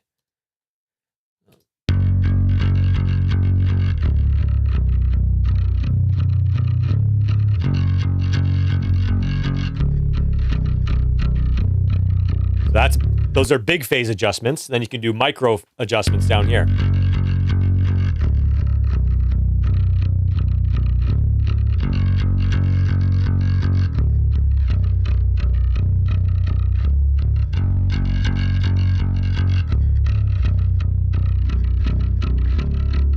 Obviously, the phase was pretty good to begin with, so we're actually just making it worse. But if you need to, that's what you could use. Yeah, there are a few other phase plugins out there.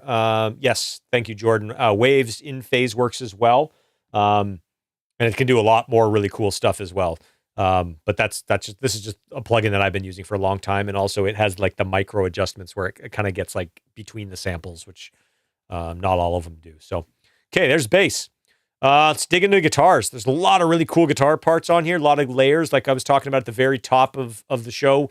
Part of my production style that I never really I've never really like thought about it or articulated it that much. But when I was having this conversation with my mix assistant, and she's like, yeah, it's they refer to it in Europe as like American production. And it's like this layers and layers and layers, like dense production. And so it kind of got us talking about that. And then I started to realize, I'm like, yeah, I do. I definitely have that tendency.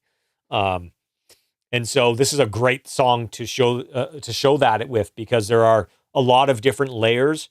Although when you're hearing the song, you might only hear a couple parts. There are layers that makes up that part. So let's jump to the chorus here, and I'll just kind of give you an idea of kind of like really how much is going on, because it does get pretty dense. So throughout the song, we've got turn on the guitars here. Throughout the song, we've got this guitar going through.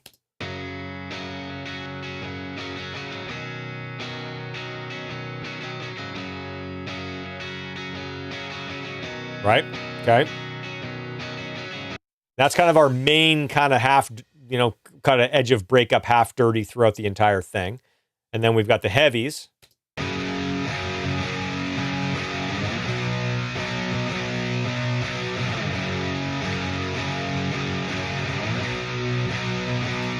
And then we went even heavier with the baritone.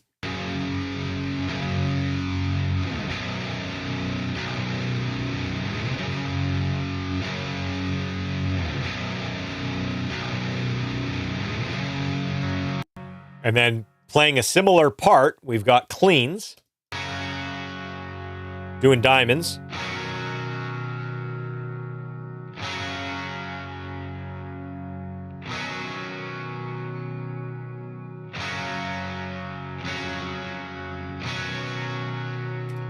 And then we've got some like spaghetti western trem.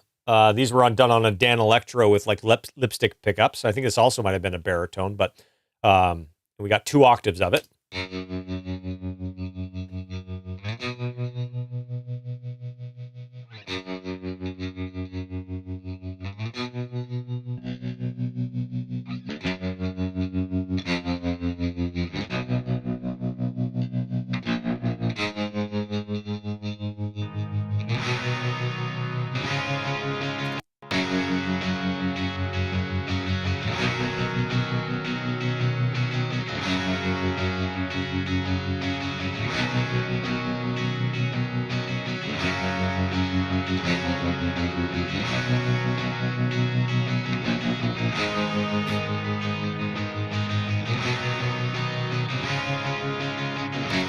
Okay, so that is 1, 2, 3, 4, 5 different tracks.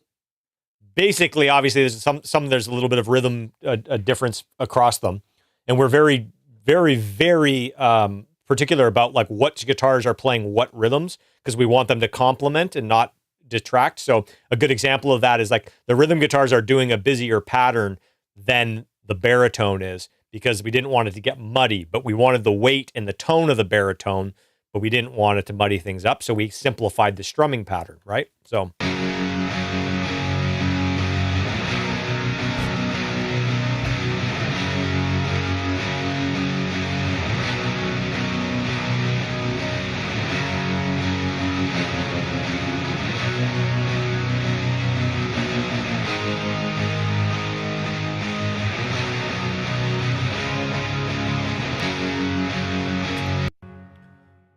So there's that effect of, that's kind of like we were talking about earlier, like that's the wall of sound that like Phil Spector invented in like the 60s, or I guess it was probably the 60s. We're doing that today with guitars. And I mean, I've kind of been doing that my entire career, because a lot of the guys that I liked and a lot of the albums that I like do that kind of thing. I mean, that's essentially kind of what like doubling and having the bass follow the rhythm guitars. And it's essentially what it's doing. The trick is, when doing it, is you got to be very careful and very purposeful about not muddying it up and getting only the thing that you're looking for from whatever that element is. For instance, the spaghetti western trem guitars, I just wanted that tone. I just wanted the tone and that movement. So I don't need to do a full chord. I just need the single string. Same with the baritone. We don't need all the rhythm. I just want the register. So when it goes to that low note, you hear that register and it gives you a feeling, right? There's all these considerations that you need to make. Which in the baritone, we were probably just playing a root and a fifth. We probably weren't playing like a 3 or 4 string chord. Same with the rhythm guitar. That was probably a pretty basic power chord, whereas the main guitar, you get all the jangly stuff, right? So there's all these different things that I think when people start shying away from layering stuff up, I think it's because they're trying to just keep on adding and adding and adding, without any purpose or without knowing that they need to start like slimming things down. Again, kind of thinking of it as an orchestra. If you're going to have the cellos play the same part as the violins, well, maybe they play different octaves, obviously. But some people don't think about that. Or the violas and the violins, like you have them play the same part, or the violas and the cellos. Sure, that's cool because they have a different timbre, but have them play different octaves so it doesn't just get muddied up. Or if one of them's playing a really busy rhythmic pattern, maybe the other one plays something more simple, so you get the tone, but you don't get all of the rhythmic stuff clashing together. So, somebody, let me go to the chat really quickly here. Somebody asked about the wow thing. Yes, I'm actually using that in this session. Dan Corniff's wow thing. Yeah, it's right here. I've got a few different things that I use for this, and I don't know why I actually decided to get this thing. I think somebody had sent me a message about it. So I'm like, yeah, I'll download it and try it out again. I thought I tried it out, and maybe whatever I was working on at the time, it was like, yeah, I'm not really into that. What I was using instead, I was preferring. But for whatever reason, I went back and got this thing. I tried it out. I liked it, and so I just kept it in this. I kept it in the session, and I used it on the rhythms. So, if you guys want to hear what that does, let me just turn on.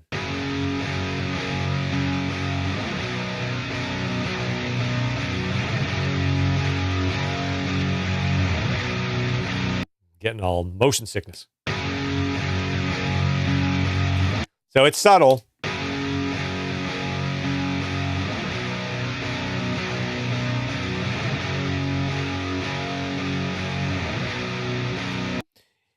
It loses a little definition, but you do get kind of this like just, kind of phasey thing going on that can give it some kind of width and excitement. Again, I don't use it all the time. It's not something I'm, as part of every setup. I think I just put it in this one. I liked it. Obviously, we've all heard, some of the biggest mixes of all time have that thing all over it. So the hardware version. It's a cool effect. So use it when you want to use it and don't when you don't. Like the guitar's already sounded wide. Actually, it's funny when I turned it off, I'm like, did the guitar sound wider without it? So, there you go. Going back to the chat here. Concerning those layers, parallel stuff, are you worried about the masking effect? As a European, the craziest thing when it comes to the American way is the density and the clarity. Yes. Well, and that's the thing. I think ultimately we're not just, I'm not taking eight guitars and having them play the exact same thing with the exact same tone or whatever. It's like there's differences, right? So, when we do the rhythm guitars, it's a power chord instead of a full jangly chord. And then when we go to the baritones, we simplify the rhythm parts. And then when we go to the trem guitars, we only do the root note, single string. And then when we go to the clean guitar, we're just doing the diamonds and we're doing them like big kind of rakes. So they all have their own tone. We're the trem guitar, I did 1 octave high and 1 octave low. So although it's the same part, they're spread by octaves. There's all of these different things that you're doing to basically have everything as its own thing. And so although they're playing the same part and there's a lot of layers, it should act as an orchestra, not as 8 guitar parts. So it's there to make up one thing that you couldn't do with 1 guitar or 2 guitars or 4 guitars. That's kind of the point, right? So again, you think, a lot of this has a lot of parallels to an orchestra.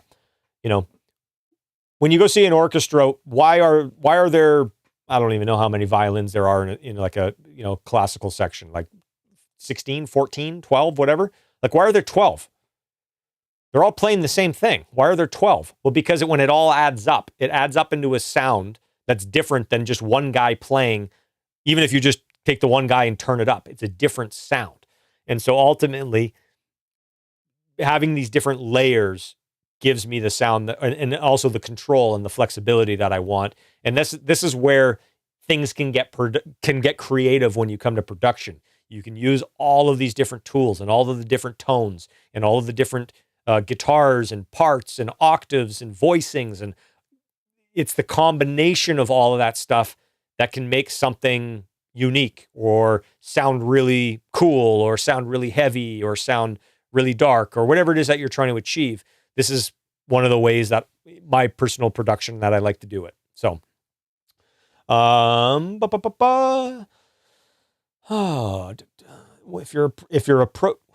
if you approach blending the tones and parts with intent so that they complement. Oh yeah, thank you, Jordan. Yeah, you're basically saying what I'm saying. Thank you. Do I ever layer guitars with synth to beef it up more? Absolutely. Not in this particular song, but I do that all the time, especially on accent parts or if I'm doing like big chords and I just want something to sustain really, really consistently across, whatever the bar or the 3-4 bars, whatever you're doing that you just want it to be a solid foundation. I'll use like a dirty synth for that. And mixed in with guitar, sometimes you can't even tell it's there. But yeah, I like that trick a lot. Would the old H3000 micro pitch achieve the same effect as the WoW? Ish. I mean, there's a bunch of different tools that do that thing. Ultimately, they all do it a little bit differently. It's kind of just like a phasey width thing. One of the fake stereo wideners that I like is the Ozone Imager, and that kind of does a similar thing, at least with the width. The WoW thing has like a frequency thing that's different than all the others. Like I feel like it enhances certain frequencies more than others. It's almost like a BBE or like an Aphex exciter, but with the spread. So it could probably, yes. So shred spread is one that I use. I used to use probably more often. Shred spread. That's actually one that used to be in my template for pretty much everything. I didn't always use it, but it was in there. So, okay, let me check what other guitars we have in here. Obviously, when the second verse kicks in, we got a little bit of a different thing going on.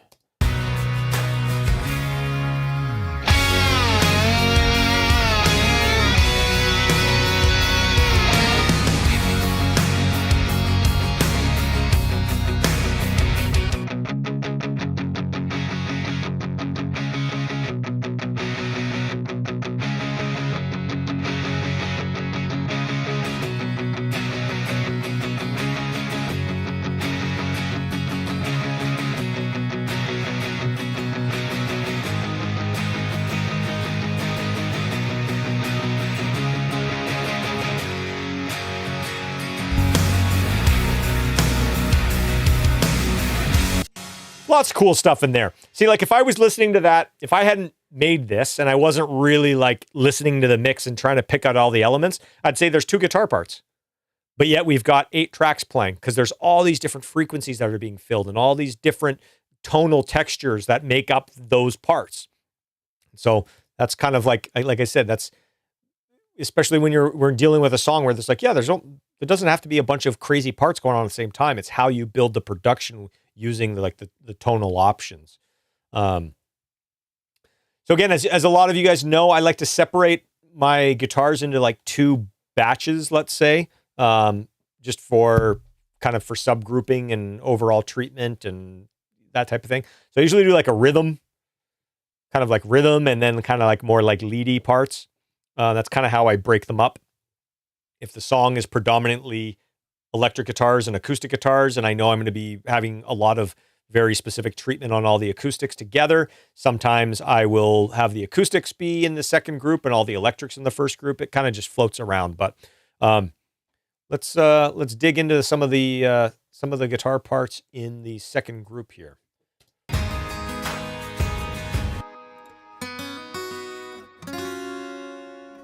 That's cool. I love that part.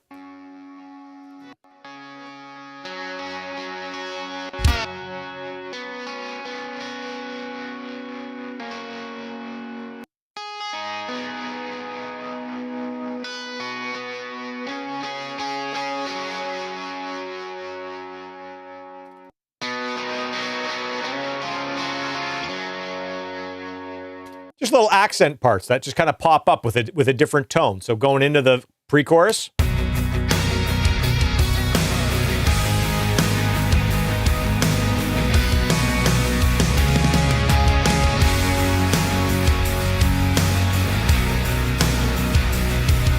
This is just little production tricks. Like, how do you keep things interesting? How do you make how do you transition in? How do you introduce the chorus? How do you transition into a new part of the song?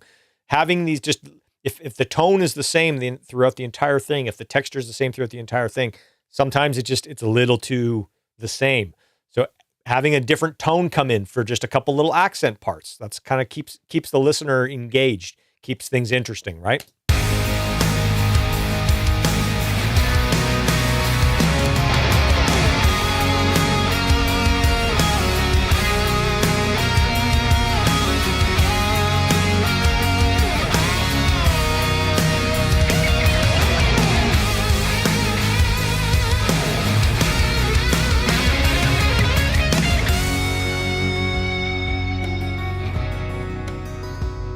So many cool parts.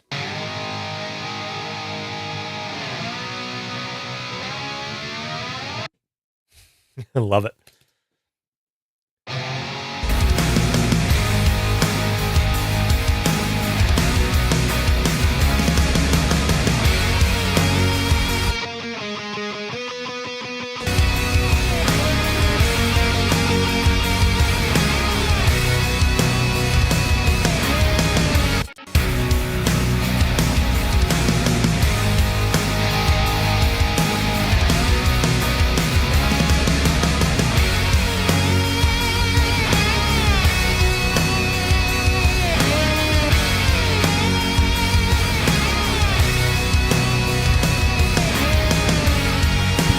I used to say I like, if all I had to do is mix instrumentals all day, oh man.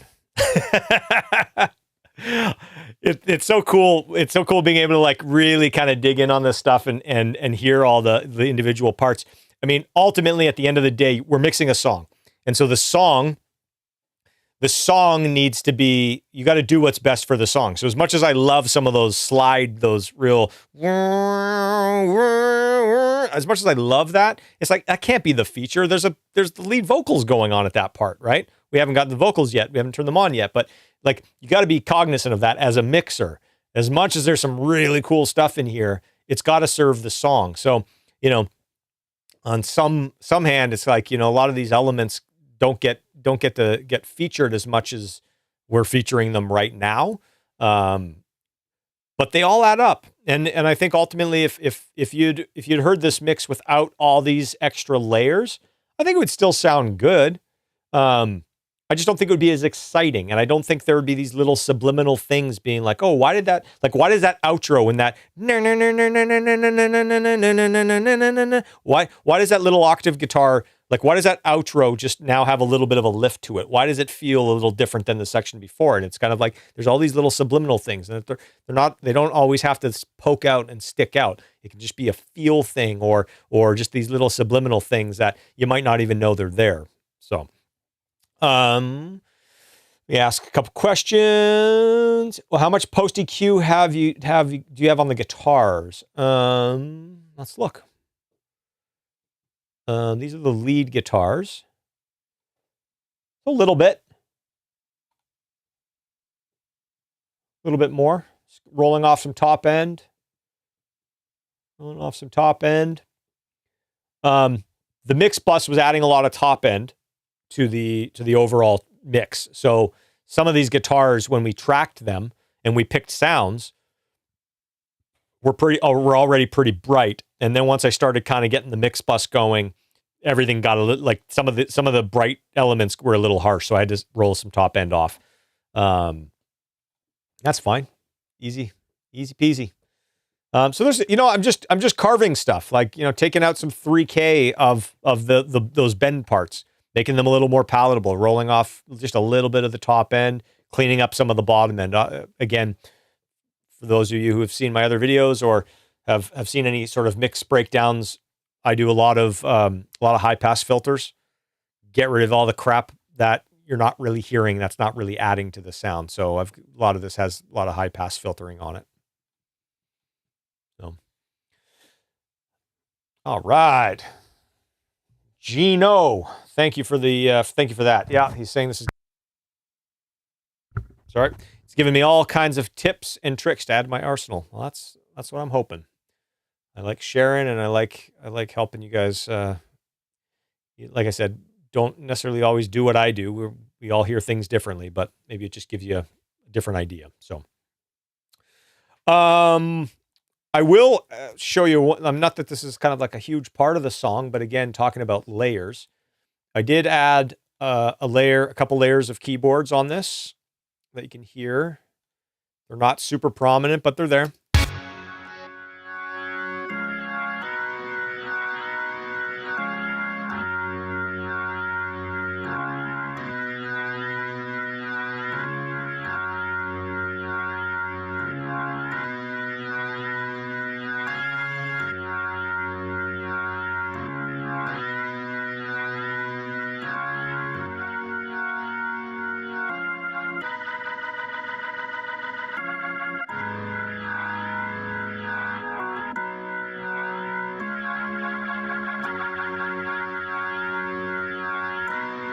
And here's a staple in my tool belt, the low piano.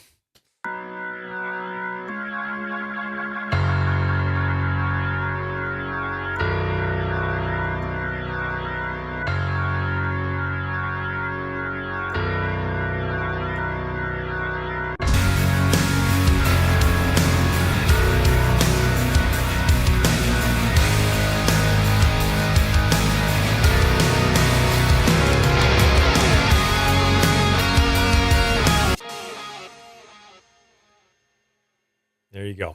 So again, it's the layer. They're just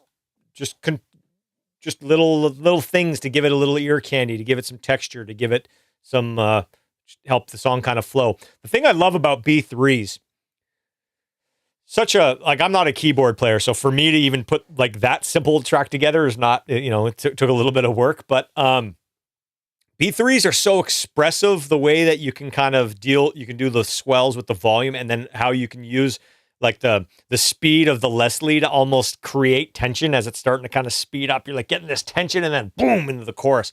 I love that. I really, really do. I think it's something that if you are going to program B3, make sure even if you're not a keyboard player, you can go after the fact and automate the speed of the Leslie and really like put that on one of the knobs on your controller and just ride that thing throughout the entire song. It's so fun. And it can add a lot of just dynamic movement to your track. It's a pretty cool instrument. Like I said, I'm not a piano player at all, but like I can knock out a few of those. So, any questions? We're going to get into the vocals, and then we'll do kind of a Q&A and wrap up here. Oh, well, I do want to get to, actually, before we do that, I do want to talk about the effects and Mixbus really quickly as well. So, like I said, we had obviously we've got Tyler on the song, obviously, and then we had Cory Marks. That was not a real B3. Sorry, I just jumped into the chat. That was what was that? That might have been the Arturia B3. Might have been one from Contact. I can't remember, to be honest with you. But yeah, thought it sounded pretty cool. So we've got two vocalists on this, and both amazing singers. and it's something I wanted to talk about. Obviously, we can go through kind of how I treated them and that type of thing. But one of the challenges that I have when doing songs with two singers, especially if they're in the kind of the same range, is like, how do you get them to kind of be together and still be kind of recognizable? Like, you want to be able to hear each guy. And so there's a few little tricks that I'll show you kind of how I deal with that. It doesn't always work, and sometimes you just got to do a lot of trial and error to see what fits. But let's hear this. Let's turn on some vocals. I'll turn on the leads. Had it all, but took it all, and you moved away. Now I'm living in a trailer by the interstate. Maybe the drinking made it worse. It got me through the night, but the morning hurts. Oh my God, what have I done? We could have had it all, but I made you run. Oh, where did I go wrong? I'm living my life like a country song. Oh, will I get it back? I'm living like I'm in a Willie Nelson track. It's bad, so sad. Ended up losing everything I had. Love left town and my whole world's gone. Living my life like a country song.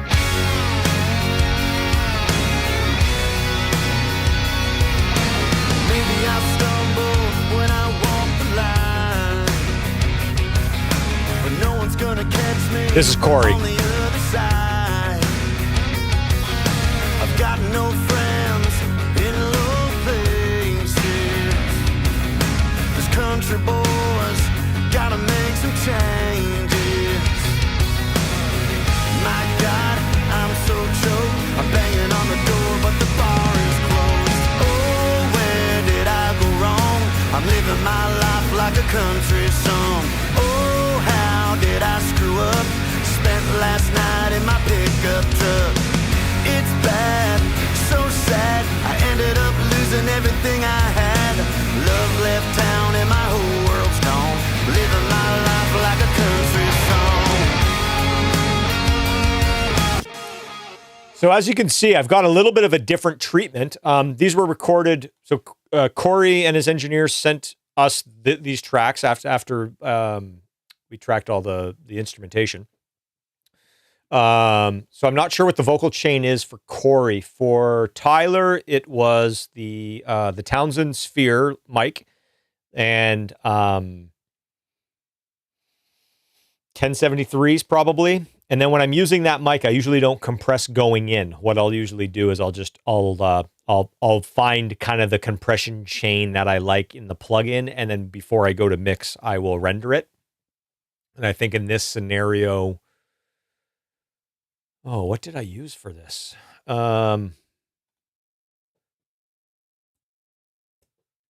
It might have been the 11. It might have just been the 1176. It might have been, or not the 11, the CLA 76, I think. And I rendered it. And then when I went to mix, I hit it harder.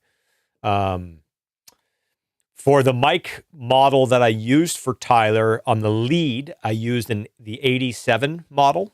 So it was a model of a U87 for his leads. And then for all of his backgrounds, I think I changed the backgrounds to 67s.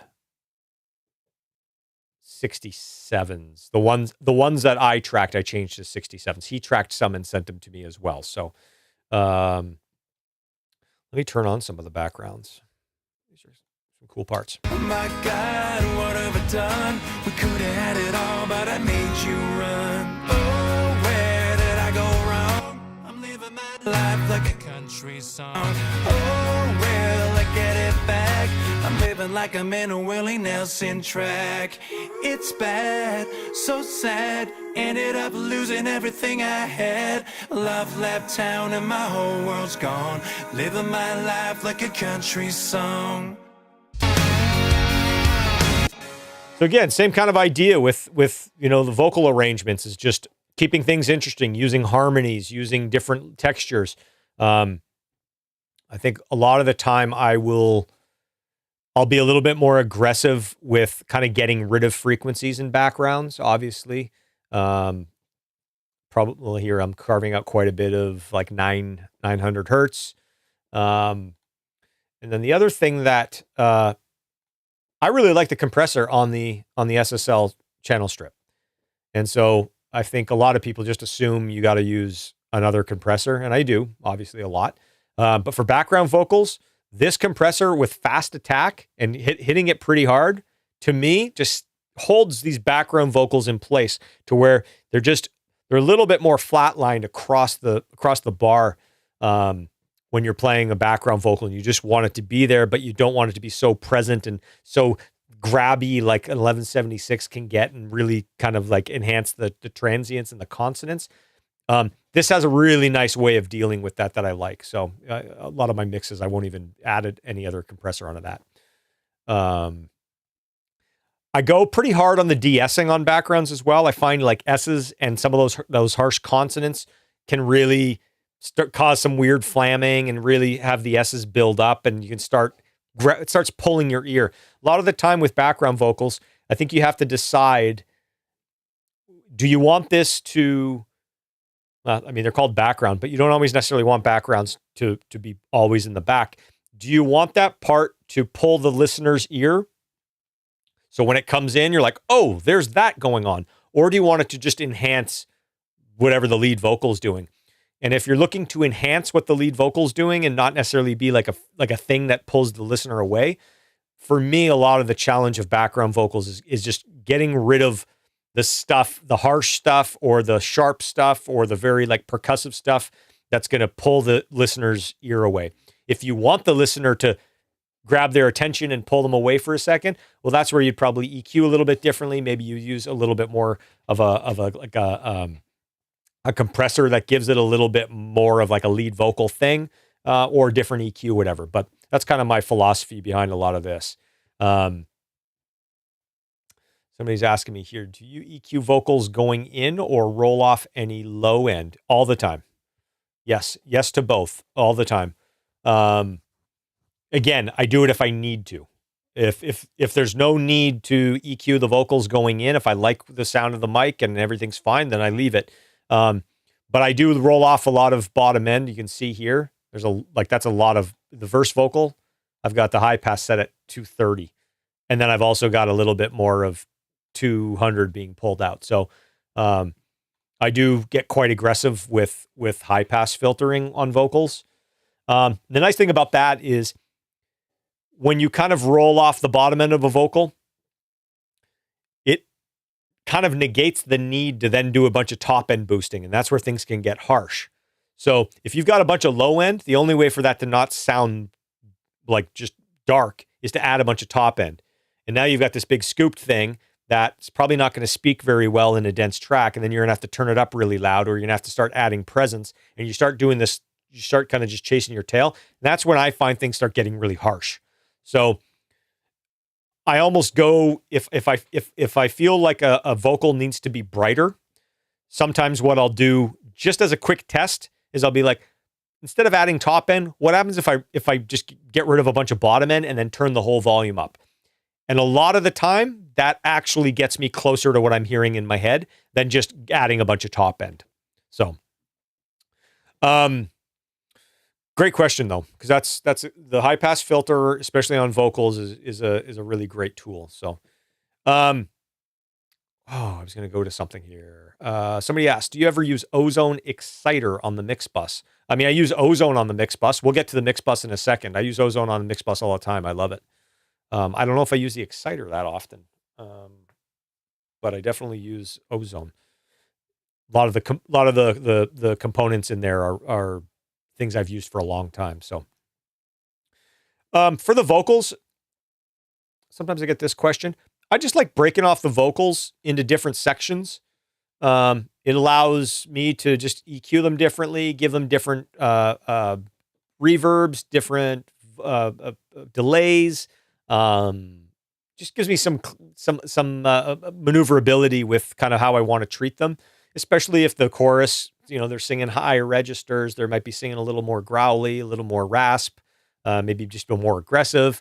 Just gives me that option. So that's how I have things broken out here. I've got, lead vocal, background, or a double, and then when the chorus jumps to another track, I've got actually, let's jump to the chorus. So for Cory's second verse and second chorus, it's just a single the whole way through, and then I've got some harmonies down here as well. So left and right harmonies. And then for Tyler's chorus, I've got a lead and a double and a triple. So the track name says double, but it's actually a stereo track with a double and a triple. So we can hear what that sounds like. It's a really, really cool effect. Tyler's an awesome singer, so it's really cool when we get to layer them up. Oh, where did I go wrong? I'm living my life like a country song. Oh, well, I get it back. I'm living like I'm in a Willie Nelson track. It's bad, so sad. Ended up losing everything I had. I messed around and now you're gone. Living my life like a country song. Oh, where did I go wrong? Okay, so I mentioned how do you get these two guys to sit together, right? When they're kind of in the same range and kind of not necessarily the same, like similar voices, but they definitely can like live on top of each other and you wouldn't be able to tell it was different people when everything's kind of in the mix. So a couple different things that I did. Obviously, I just dropped out Tyler's lead in the center when Cory's comes in. And then the very last chorus, we've got Tyler on the left and the right, and then we've got Cory up the middle. And then the other thing that I like to do is just a very, very subtle panning when they're both happening at the same time. Just a subtle panning. And I've automated it on Cory's track here. Just panning them just slightly off center, like just a little bit, can give you just this almost like you can't even really tell it's off center, but it just gives you this little bit of separation. I've used this trick on duets before that it's amazing how well it can work, especially if you do one way and one the other, and they're just a hair off center. It can give just that little bit of separation. And then also I try to use slightly different treatment. That's the other thing that I try to do is just, where I used 1176 and didn't go too heavy handed on the SSL bus compressor. I went channel compressor. I went a little heavier on the channel compressor and then followed it up by an LA2 style compressor on Cory. So just separating those out a little bit can really make that part of it just a little bit different, to where it doesn't have to be drastically different. It just has to be a little bit different. And then you're good to go. So, any questions on that stuff as I'm going to jump to effects here in a second. Cause I got a lot of effects on the vocals. Let's just, Where did I go wrong? I'm living my life like a country song. Thank you. I just skipped over vocal bus processing. I love it. That's why you guys are here. Keep me honest. So on the lead vocal, I've got, there's this really cool EQ called the Michelangelo. This is kind of where I'm adding a little bit of top end. And it also, I think I might be doing some dynamic stuff. Let me look. Oh, where did I go wrong? I'm living my life like a country song. Oh, where did I go wrong? I'm living my life. No, I'm just adding a little bit of saturation and a little bit of top end on that particular plugin. C6, just kind of pulling down, evening things out from word to word and line to line. Oh, where did I go wrong? I'm living my life like a country song. Oh, where did I go wrong? I'm living my life like a country song. And then my trusty old standby saturator. I have these all over vocal track sessions. If you went back and looked at mixes from 15 years ago, this is everywhere. And I usually pin it 100%, and then you have to trim the output down. And then it's just a matter of finding which one of the modes works best with that vocal tone. And so here, I'll give you an example here. Baby, I stumble when I walk. Took it all and you moved away. Now I'm living in a trailer by the interstate. Took it all and you moved away. Took it all and you moved away. Took it all and you moved away. Took it all and you moved away. Took it all and you moved away. Took it all and you moved away. Took it all. Can't remember if that was where it was at, but I like that one. So they're all just slightly different flavors, and sometimes like that dark essence mode sometimes works really well. This luster mode I actually really liked, but the level jumps, so it's hard to actually A/B it appropriately. I actually, on my old rig, I should build them again. I had presets for each mode, and they were level matched. So each mode gives a slightly different level output, even when the trim's down. So I level matched them at 100%, so I could just scroll through the presets. I got to build those again or import them from a session. So you can you're not hearing the level jump when you switch between them. But this is a great plugin. Gives an overall character. Just kind of keeps everything a little bit more steady and a little bit more like up front. For the background vocals, I didn't do any sort of bus processing on that. Just kind of threw out here. A lot of it's just SSL. Looks like for Cory's, I think I added Vac Attack, sibilance, just different de-essers. I like interesting session here. I've got waves de-esser, I've got Massey de-esser, I've got sibilance, which is the waves, and then I've also got sibilance with a de-esser after it, and then also C6 on the lead can do a little bit of de-essing as well on certain certain settings. Again, I don't necessarily, and I'm not super precious over one over the other. It's kind of like whatever works and whatever seems to kind of get the job done, and just the way that they react with certain vocals. I also find using different de-essers when you're layering parts, like with backgrounds and leads that are doing, singing the same line. Sometimes using a different de-esser can help kind of let you squash one more than the other without it sounding unnatural. So I'll quickly run through the effects. I mean, there's nothing actually that crazy going on here. 480. This is probably on Brick Wall, my favorite drum room setting. Yep, that's probably on the snare drum. I probably used this. Where did I use this? Probably some guitars.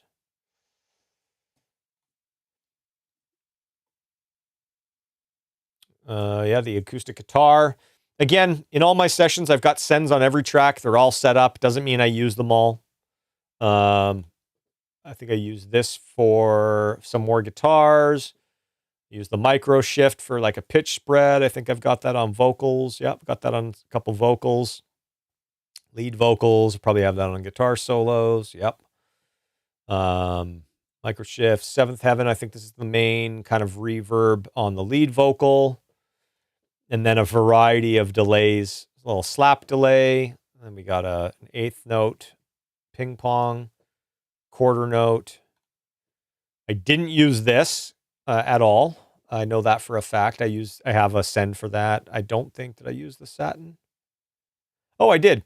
So that Dolby A trick that I used to do with the Dolby noise reduction units, I now use this plugin for. So I use, it's called Satin, and it has an A-type, modded A-type card encoder, and then you have no encoder, and you turn all of the tape simulator stuff off. So it's just basically modeling the A-type, the modded one that everybody did, the Compander portion of it. And so I have my lead vocal sending to that as well. So it just brightens everything up a little bit. So, okay, we're getting to the end of this. This is fun. This has been a good welcome back to the live stream world. Getting back with you guys on Friday nights. I love this. So I appreciate you guys hanging in with us. We're 2.5 hours in. I feel like I haven't even scratched the surface. Mixbus. Phoenix. like I said, Phoenix I put that in place of my head converter. Just kind of adding some more saturation, kind of some like tape saturation. On my Mixbus, I kind of have a little bit of not a little bit. This is the method of my madness. I use several different EQs and several different compressors, and they each do a different thing. So I've been using this Sontec EQ. I used to, Scott Humphrey had a Sontec at the chop shop, and it was awesome. And I used it for years. And Randy Staub, one of my favorite mixers of all time, used Sontecs all over the place. And honestly, I just love the look and the sound, the overall kind of curve character. Does this sound exactly like the Sontec I used at the chop shop? I don't care. It gives me the thing that I like. It looks awesome. The shape of these curves, and I don't know what it is. I may get it on Plugin Doctor and match it with Pro Q3. I don't know. Doesn't matter. I love it. So it's a nice, quick, easy tool for me to use. I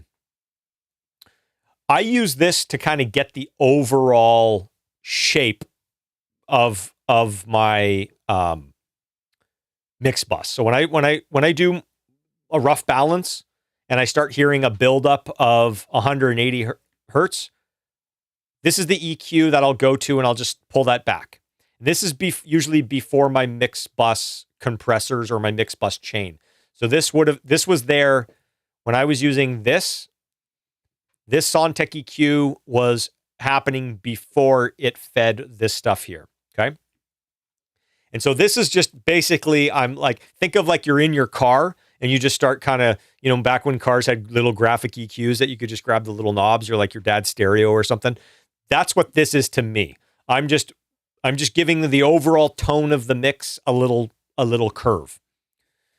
Then I hit my Mixbus, and for this particular song, or to get this to kind of sound similar to what I was doing with my Mixbus, I put this on. This is actually a really cool new plugin from Plugin Alliance. It's kind of like a bus. I don't want to say an SSL style. I guess it is kind of an SSL style compressor, but it lets you split the bands, so you can have different Mixbus compression for the top and the bottom, which is pretty cool.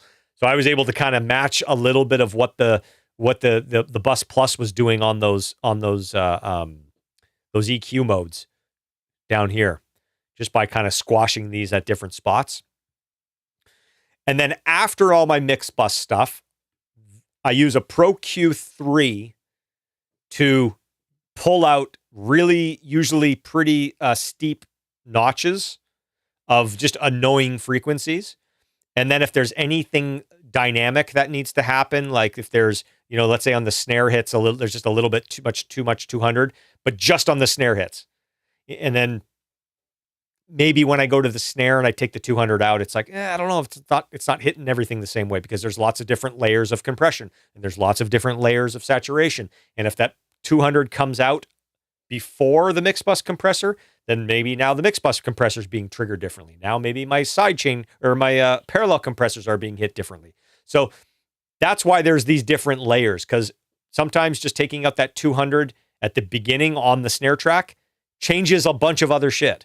And at the very end of my mix, if all I'm hearing is on the snare, there's a little bit too much 200 right on the hit of it, well, then I'll deal with it right here.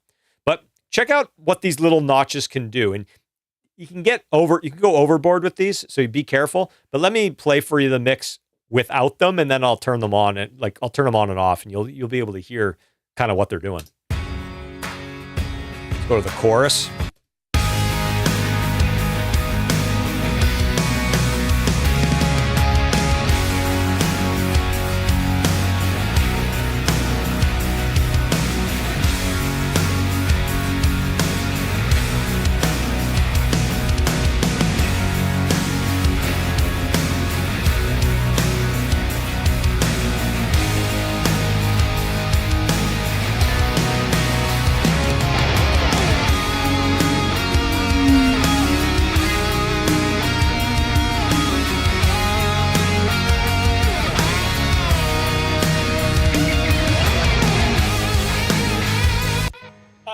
know how obvious that is to you guys, but to me, when I turn that off, all I can hear is that frequency. It's oh.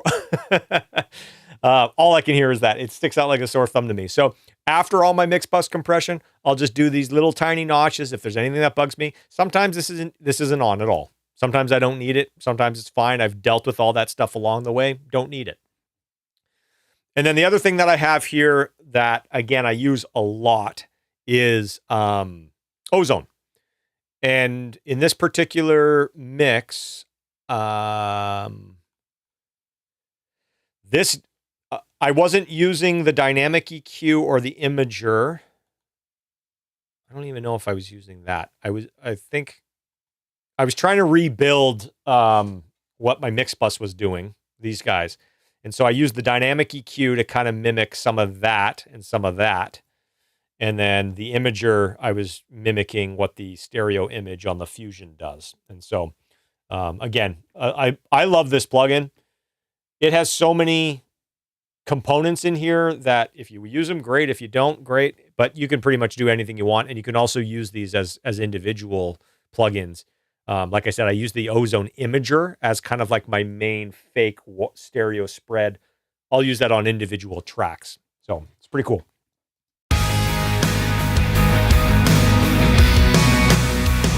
Obviously, our level's a little different when I turn it off, so it's hard to A/B on and off. But let me try some of this imager stuff here.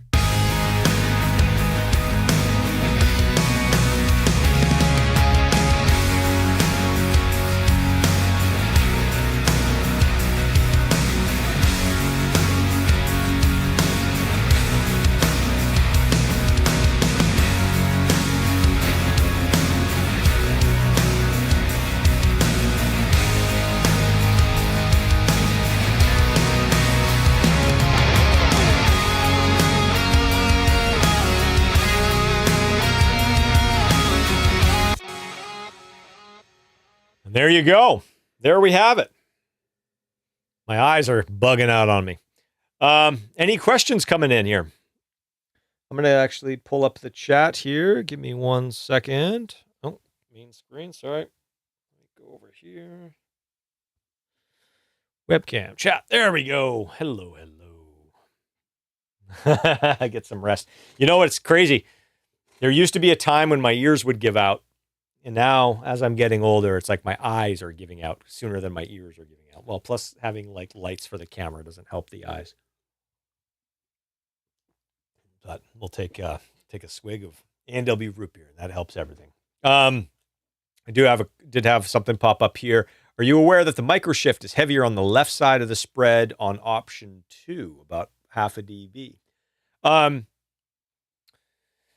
A lot of the time, those stereo spreads are, and it's kind of like a byproduct of what it's doing. So when one, I can't remember. I remember. I can't remember exactly which way it goes, but your ear interprets something that comes before. I'm assuming the one that becomes before is interpreted as louder. So if you use even if you use like the Waves doubler or like the any sort of pitch spread, even if it's like the Pro Tools pitch spread where you can change the delay on one side versus the other.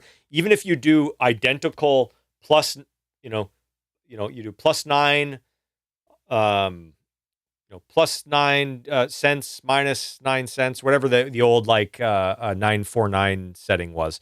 And then you delay one by 3 milliseconds and you delay the other by 7 milliseconds. And it just gives you this like stereo thing. I can't remember where I read, or maybe I was having a conversation with somebody who had really gone down the rabbit hole on this. And depending on how spread out they get, the one is always going to end up somehow being louder than the other. And I don't know why that is. Or maybe Microshift was trying to actually have it be more louder to me. Microshift is mimicking, I think, a Dimension D. So it was probably like that on the Dimension D. Whether it was a bug or a feature, who knows? But anyways, there you have it. Option 1 bounces between left and right. 2 is left heavy. And 3 is Jimi Hendrix flying around in Atmos. Well, there you go. So How much headroom do you generally leave for mastering? Okay, this is an interesting question. If we're just talking about peak, like where the meter's peaking, I've always wondered why it even matters as long as it's not peaking. Because if I can turn it down, if I turn it down, then I'm assuming somebody else will be able, the mastering guy will be able to turn it down as well. I think there seems to be a little bit of a misconception. I should talk to some of the mastering guys that I use about this. I'm thinking when they've been saying this mastering, like leaving headroom, I don't think it's like peak. I think it's like they just don't want you to squash it to where there's no dynamic range anymore, because then they can't compress. They can't, their tools don't work the same way if it's just, a square, a square block across the screen. That being said, and I apologize to any mastering guys who curse when I send stuff to them. They curse me out, but don't actually tell me to change anything. Even if they do want to tell me to change anything, I kind of don't even consider it. My goal with mixing is to make it sound as done as possible. I typically don't let mixes go to mastering until they could go to the radio without mastering. And at that point, I'm not relying on mastering. But if it can make it better, great. And if all it does is bring the level up, then that's fine too. And so I don't think too much of it. There have been mixes that I've sent to Ted Jensen that have zero headroom and are probably like -4 LUFS, and there's zero dynamic range. If Ted didn't master it, I would be comfortable with it going on the radio. 9 times out of 10, when I send it to guys like Ted or other guys of his level, like they're going to do something to it that makes it a little bit better, but I'm not leaning on them to do a bunch of heavy lifting. So I actually don't consider it that much. I mix it to where it's sounding good. Now I do at the end pull the level down so it's not up, because I usually put I'll usually put some sort of limiter on, or like with Ozone here. Let me switch. Hang on. With Ozone, like if I'm about to send this to a client, I would put the maximizer at the very end and just level it up. Just so that way it's competitive with everything else that they're listening to. But in terms of sending it out for mastering, I apologize to any mastering engineers out there, but I don't take it into much consideration. I just mix it to where it sounds good to me, and whatever the level is what it is, as long as it's not peaking. I mean, typically, here, let me play this real quick. Yeah, the way all my gain staging kind of works, I'm very rarely peaking above -6 or -5 anyways, because if I have that much level getting through to where it's any higher than that, I'm probably just demolishing all of my gear, all of the plugins. The saturators are oversaturating. The compressors are overcompressing. Everything's too much. I just never even get to that point. It doesn't sound good. So there's all these kind of like little gain staging things that kind of keep me from, when I get to the end, I very rarely have to do that much adjusting before printing for mastering. So, Tom, welcome back to the live stream world. Chris, thank you very much. Great tips. Appreciate we doing the streams. Thank you. You're very welcome, and I appreciate that. I'm glad you guys get something out of this. I know I always say this, but these can get long-winded, and sometimes I go on tangents, and sometimes I don't get to all the stuff that I thought I would get to. But I'm hopeful that there's been some insight. I'm hopeful there's been just something new to think about in your own setups. Or if you just like listening to me yap for 3 hours, then or drink root beer. That's good too. Somebody asked, what are those in-ears? These, you know what? These are I don't even know what they are. And the only reason I use these when I'm doing these live streams, just so I don't have big earphones on my head that make me look funny. And when I go do if I'm doing any sort of like live show stuff. I don't mix live, but sometimes I get hired to just kind of supervise or help with pre-production or that type of, not pre-production, production rehearsals and that kind of thing. I'll just use these in packs. I don't even know what kind they are. I think my buddy Chris Dawson gave them to me at one of the Nickelback shows. So there you go. If you want to know what headphones I like, if that's kind of what you're getting at, Sennheiser 650s, Audio-Technica ATM 50s. Those are kind of the two that I jump back and forth between, depending if I need open back or not. So, when is the TuneTrack SDX coming? I don't know. I haven't been asked to do one yet. So hopefully sooner than later. I would love to do one. I mean, that's pretty much kind of my main drum programming platform. So I would love to be able to do an SDX and just have all my favorite stuff in that. So, yeah. Any advice someone recording and producing their own music? Any at all, using programs, drums, amps, sims? No real gear advice. I think the biggest thing I will mention when trying to produce your own stuff, try to compartmentalize the different steps so you're not trying to wear all the hats at the same time.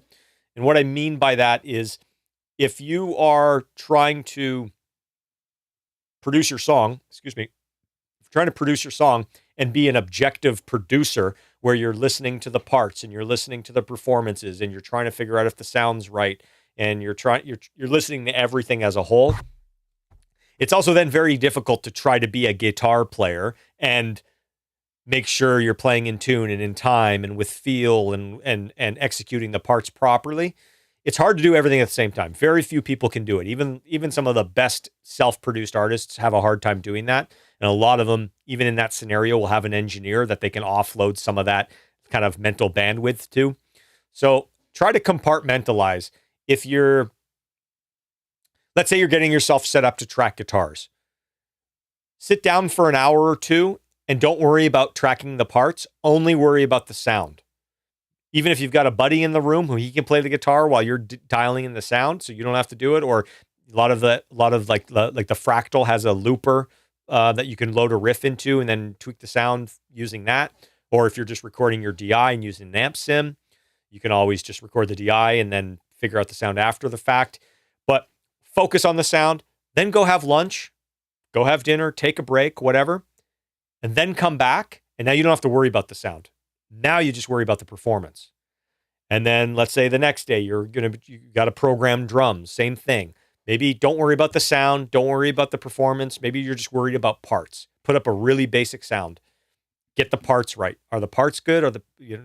Does it complement the rest of the song? Is it doing what you want it to do? Great. Okay, cool. Go have an ear break, go have a coffee, leave the room, come back, and now focus on the sounds. Find the right kits, find the right samples, adjust the velocities, that type of stuff. Trying to do it all at the same time is, in my opinion, can get very disastrous. So that's my advice to somebody self-producing their own stuff. Compartmentalize the various things, the various hats you need to wear, the engineering hat, the producer hat, the songwriter hat, the musician hat, the performer hat, all of that stuff. Try not to do it at the same time. Figure out a way to separate it out to where you have some perspective and focus on whatever it is that you're doing at that particular time. So hope that helps. Next question, overstayer versus head. Quite different, to be honest with you. I mean, when I'm using the Mixbus chain, that's my Obsidian, the Bax EQ, the Obsidian, and the overstayer. It's both. It's going through it's hitting the head as it's coming out of the summing amp, and then it's going out my insert to all that stuff, and it's happening again. The thing about the head that's aside from just the saturation differences, let me do this. Let me answer it this way. Let me tell you what I think each one's really good at. The head has one of the best converters I've heard, and I'm not really super tweaky with converters like some people are. I think the gains you get with going from one converter to the next, in my opinion, with my ears, is a very small piece of the pie. But that being said, when I've done converter shootouts, the head has either been the top or in the top two pretty much every time of blind tests. And that's in different rooms with different people. The head's always been one of the best converters that I like. So number one, it's got a great converter. The clocking on it is really good. So I have all my other stuff clocked to from that. Overstayer is not a converter at all. It doesn't have that at all. So that's obviously a big difference. They're almost like two separate things. The overstayer, the head processing is very good. It's I'd say more subtle, and I use it, like I said, I don't use one knob all the way on. I use two out of the three knobs at like 50%. And they each kind of do a little bit of a different thing. It's, I mean, you can hear it. It's definitely, audible. It's not like you're struggling to hear what it's doing, but it's less of a tone shaping tool and less of a creative tool and more of a subtle layer of saturation. The overstayer is more of I'd probably say more of like a creative thing. I love the EQ curves that it has on it. I think I just went to look at it. I'm not at my studio.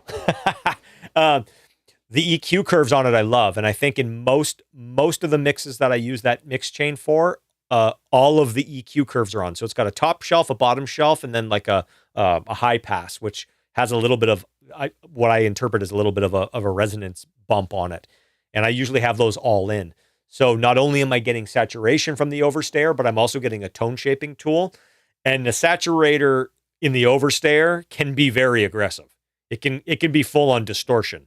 So they are different tools, and honestly, you just kind of like just figure out what you need. If you need something aggressive, I'd say the overstayer. If you're looking for something that can just give you a final polish and a final kind of 5%, and you want to deal with a new converter, and that's the other thing. It's like converters, it's a little bit of a different workflow when you're going out and then capturing it back in. So two different things. In my opinion, there's some overlap, but in my world, I use them both simultaneously a lot. So, all right. Somebody said, turn the knobs until it sounds good. Yeah, exactly. Jordan, used to seeing other people throw their tape saturation towards the end of the Mixbus chain. What do you find you get out of it having before compression or sweetening? I mean, obviously with the head, I can't do it any later than that. So, the head is just, it kind of is where it is. For me, and I don't know why I still think this way, but for me, a lot of my workflow is still trying to like, be analogous to the analog world. I'm still trying to, not trying. I think I'm just so stuck in my ways of thinking of like an SSL just makes so much sense to me. The way it works, the way it runs, the way it looks, the way it sounds, everything about it just makes sense to me. So I think ultimately, like when I think about the head, I think of like the head almost as like the center section of the SSL. And so after I've gone out to my summing amp and it pulls everything in, it's almost like, cool, I can just run everything through that, and I've got that saturation before all of that stuff is happening. And then when I do my compression and all that stuff, then any sort of saturation that's happening after the fact, that's more of, like I said, more of a creative tool and less about just introducing some circuitry that's pleasing to me and kind of alleviates some of my downfalls. So I think I've talked about this before. When I was trying to kind of level up as a mixer, one of the things that I had a really big problem with was mixes being too transient, which would sometimes come across as being harsh or thin or just kind of like pokey, like when the snare drum would hit, it would kind of make you flinch. And so a lot of my development as a mixer has been without me hating mixing. Is like, how do I build my setup, and I pick my tools to where the minute I just run signal through it, transients don't hurt as much, and they're not as sharp, and they're not as, let's say, disproportionate to the rest of the signal. So I don't have to actually like think about going in and taking a transient designer to every single thing. When I run it through my chain, and I run it through the Mixbus or the summing amp, and then through the back through the head, and I've got all these layers of saturation and all these layers of kind of just like, I don't want to say tape simulation, but just kind of like analog simulation stuff. By the time it just goes through all that stuff, I'm all of a sudden a better mixer, because the thing that I was the weakest at just kind of gets softened.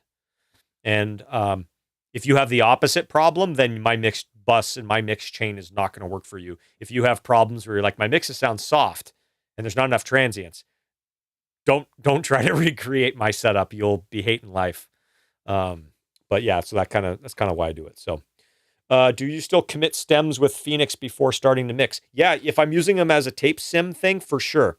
So if I'm doing a project where, let's say I'm not going to be mixing it, let's say we're sending it out to somebody else to mix, and again, I'm in one of those situations where the drums are pretty transient, or I want things to be kind of like just a little smoother and a little, again, I think of saturation for me. It's like almost like if a transient level is here and the rest of the signal's here, it's not a compression thing so much, and it's not a clipping thing, but it's not bringing this down. It's kind of bringing this up, and it just kind of makes the sound more proportionate from the attack and the sustain of the sound. So I will. If that's something, I will put Phoenix on that, and I will simulate kind of a tape type thing. I will get those sounds a little bit more the way that I want them, and I'll commit that before sending it off. If I'm not sending it off to another mixer, like if I'm going to be mixing it myself, I've built in a lot of what that same effect would do in my setup already. So it all depends. I know that's such a lame thing to say, but it is. It's very context dependent, and not to be too shamelessly promotional, but so much of these is very context dependent, and what I'm telling you works here might not work in what you're doing. As much information and hopefully as informative and enlightening as these can be. Sometimes if you do want to kind of get to the next level, you need to start working in context, or we need to be working on the same page. So one of the things I've started to do more often, if anybody's interested, you can go to my website and check it out, is I've started doing, I used to do this a lot, and then I kind of got out of it for a little bit. Now I'm back in.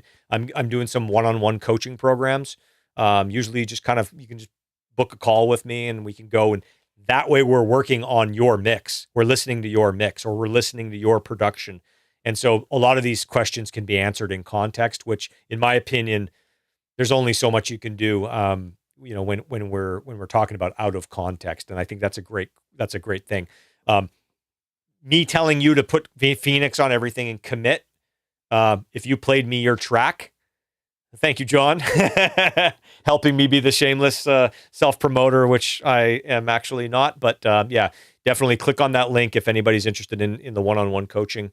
And I do have some plans coming up for, some other things that are kind of in the similar vein. I've been talking to a few people about maybe putting together some mastermind groups and some stuff like that. But ultimately the one-on-one coaching calls, like, you can play me your track and I'll say, do whatever you do. Do not put Phoenix on everything and commit it, because you're going to be demolishing all the stuff that's really great. But anyways, so hopefully that answered the big picture question. And if you want more specifics, definitely click that link, reach out to me, and we can always book a call and kind of go over the nitty gritty. So All right, man, we just reached the 3-hour point. Anybody, any other questions going here? I've got, I'm trying to think of what's coming up.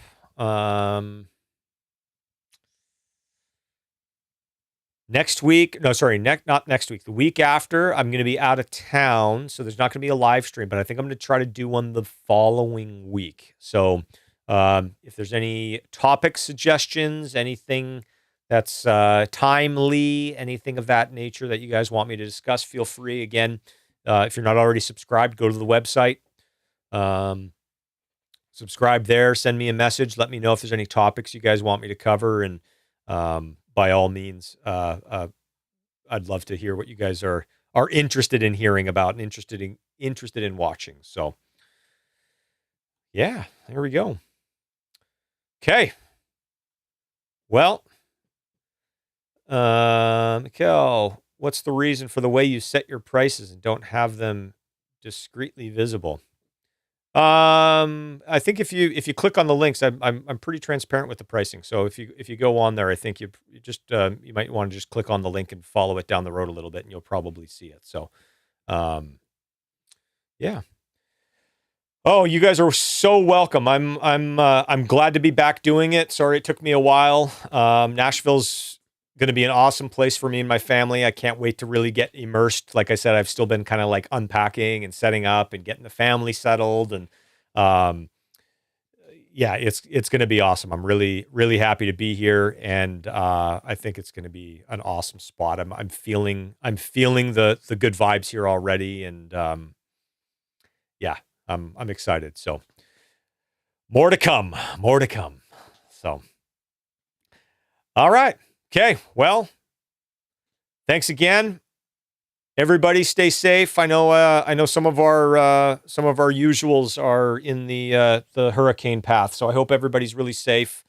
We got a little bit of a storm up here from it. I know it's gotten pretty crazy down in the Gulf and in Florida. So hopefully everybody's okay. Everybody stay safe. And yeah, until next time, love it. Have a great weekend, everybody. Take care, and we will see you in a couple weeks. Thank you so much.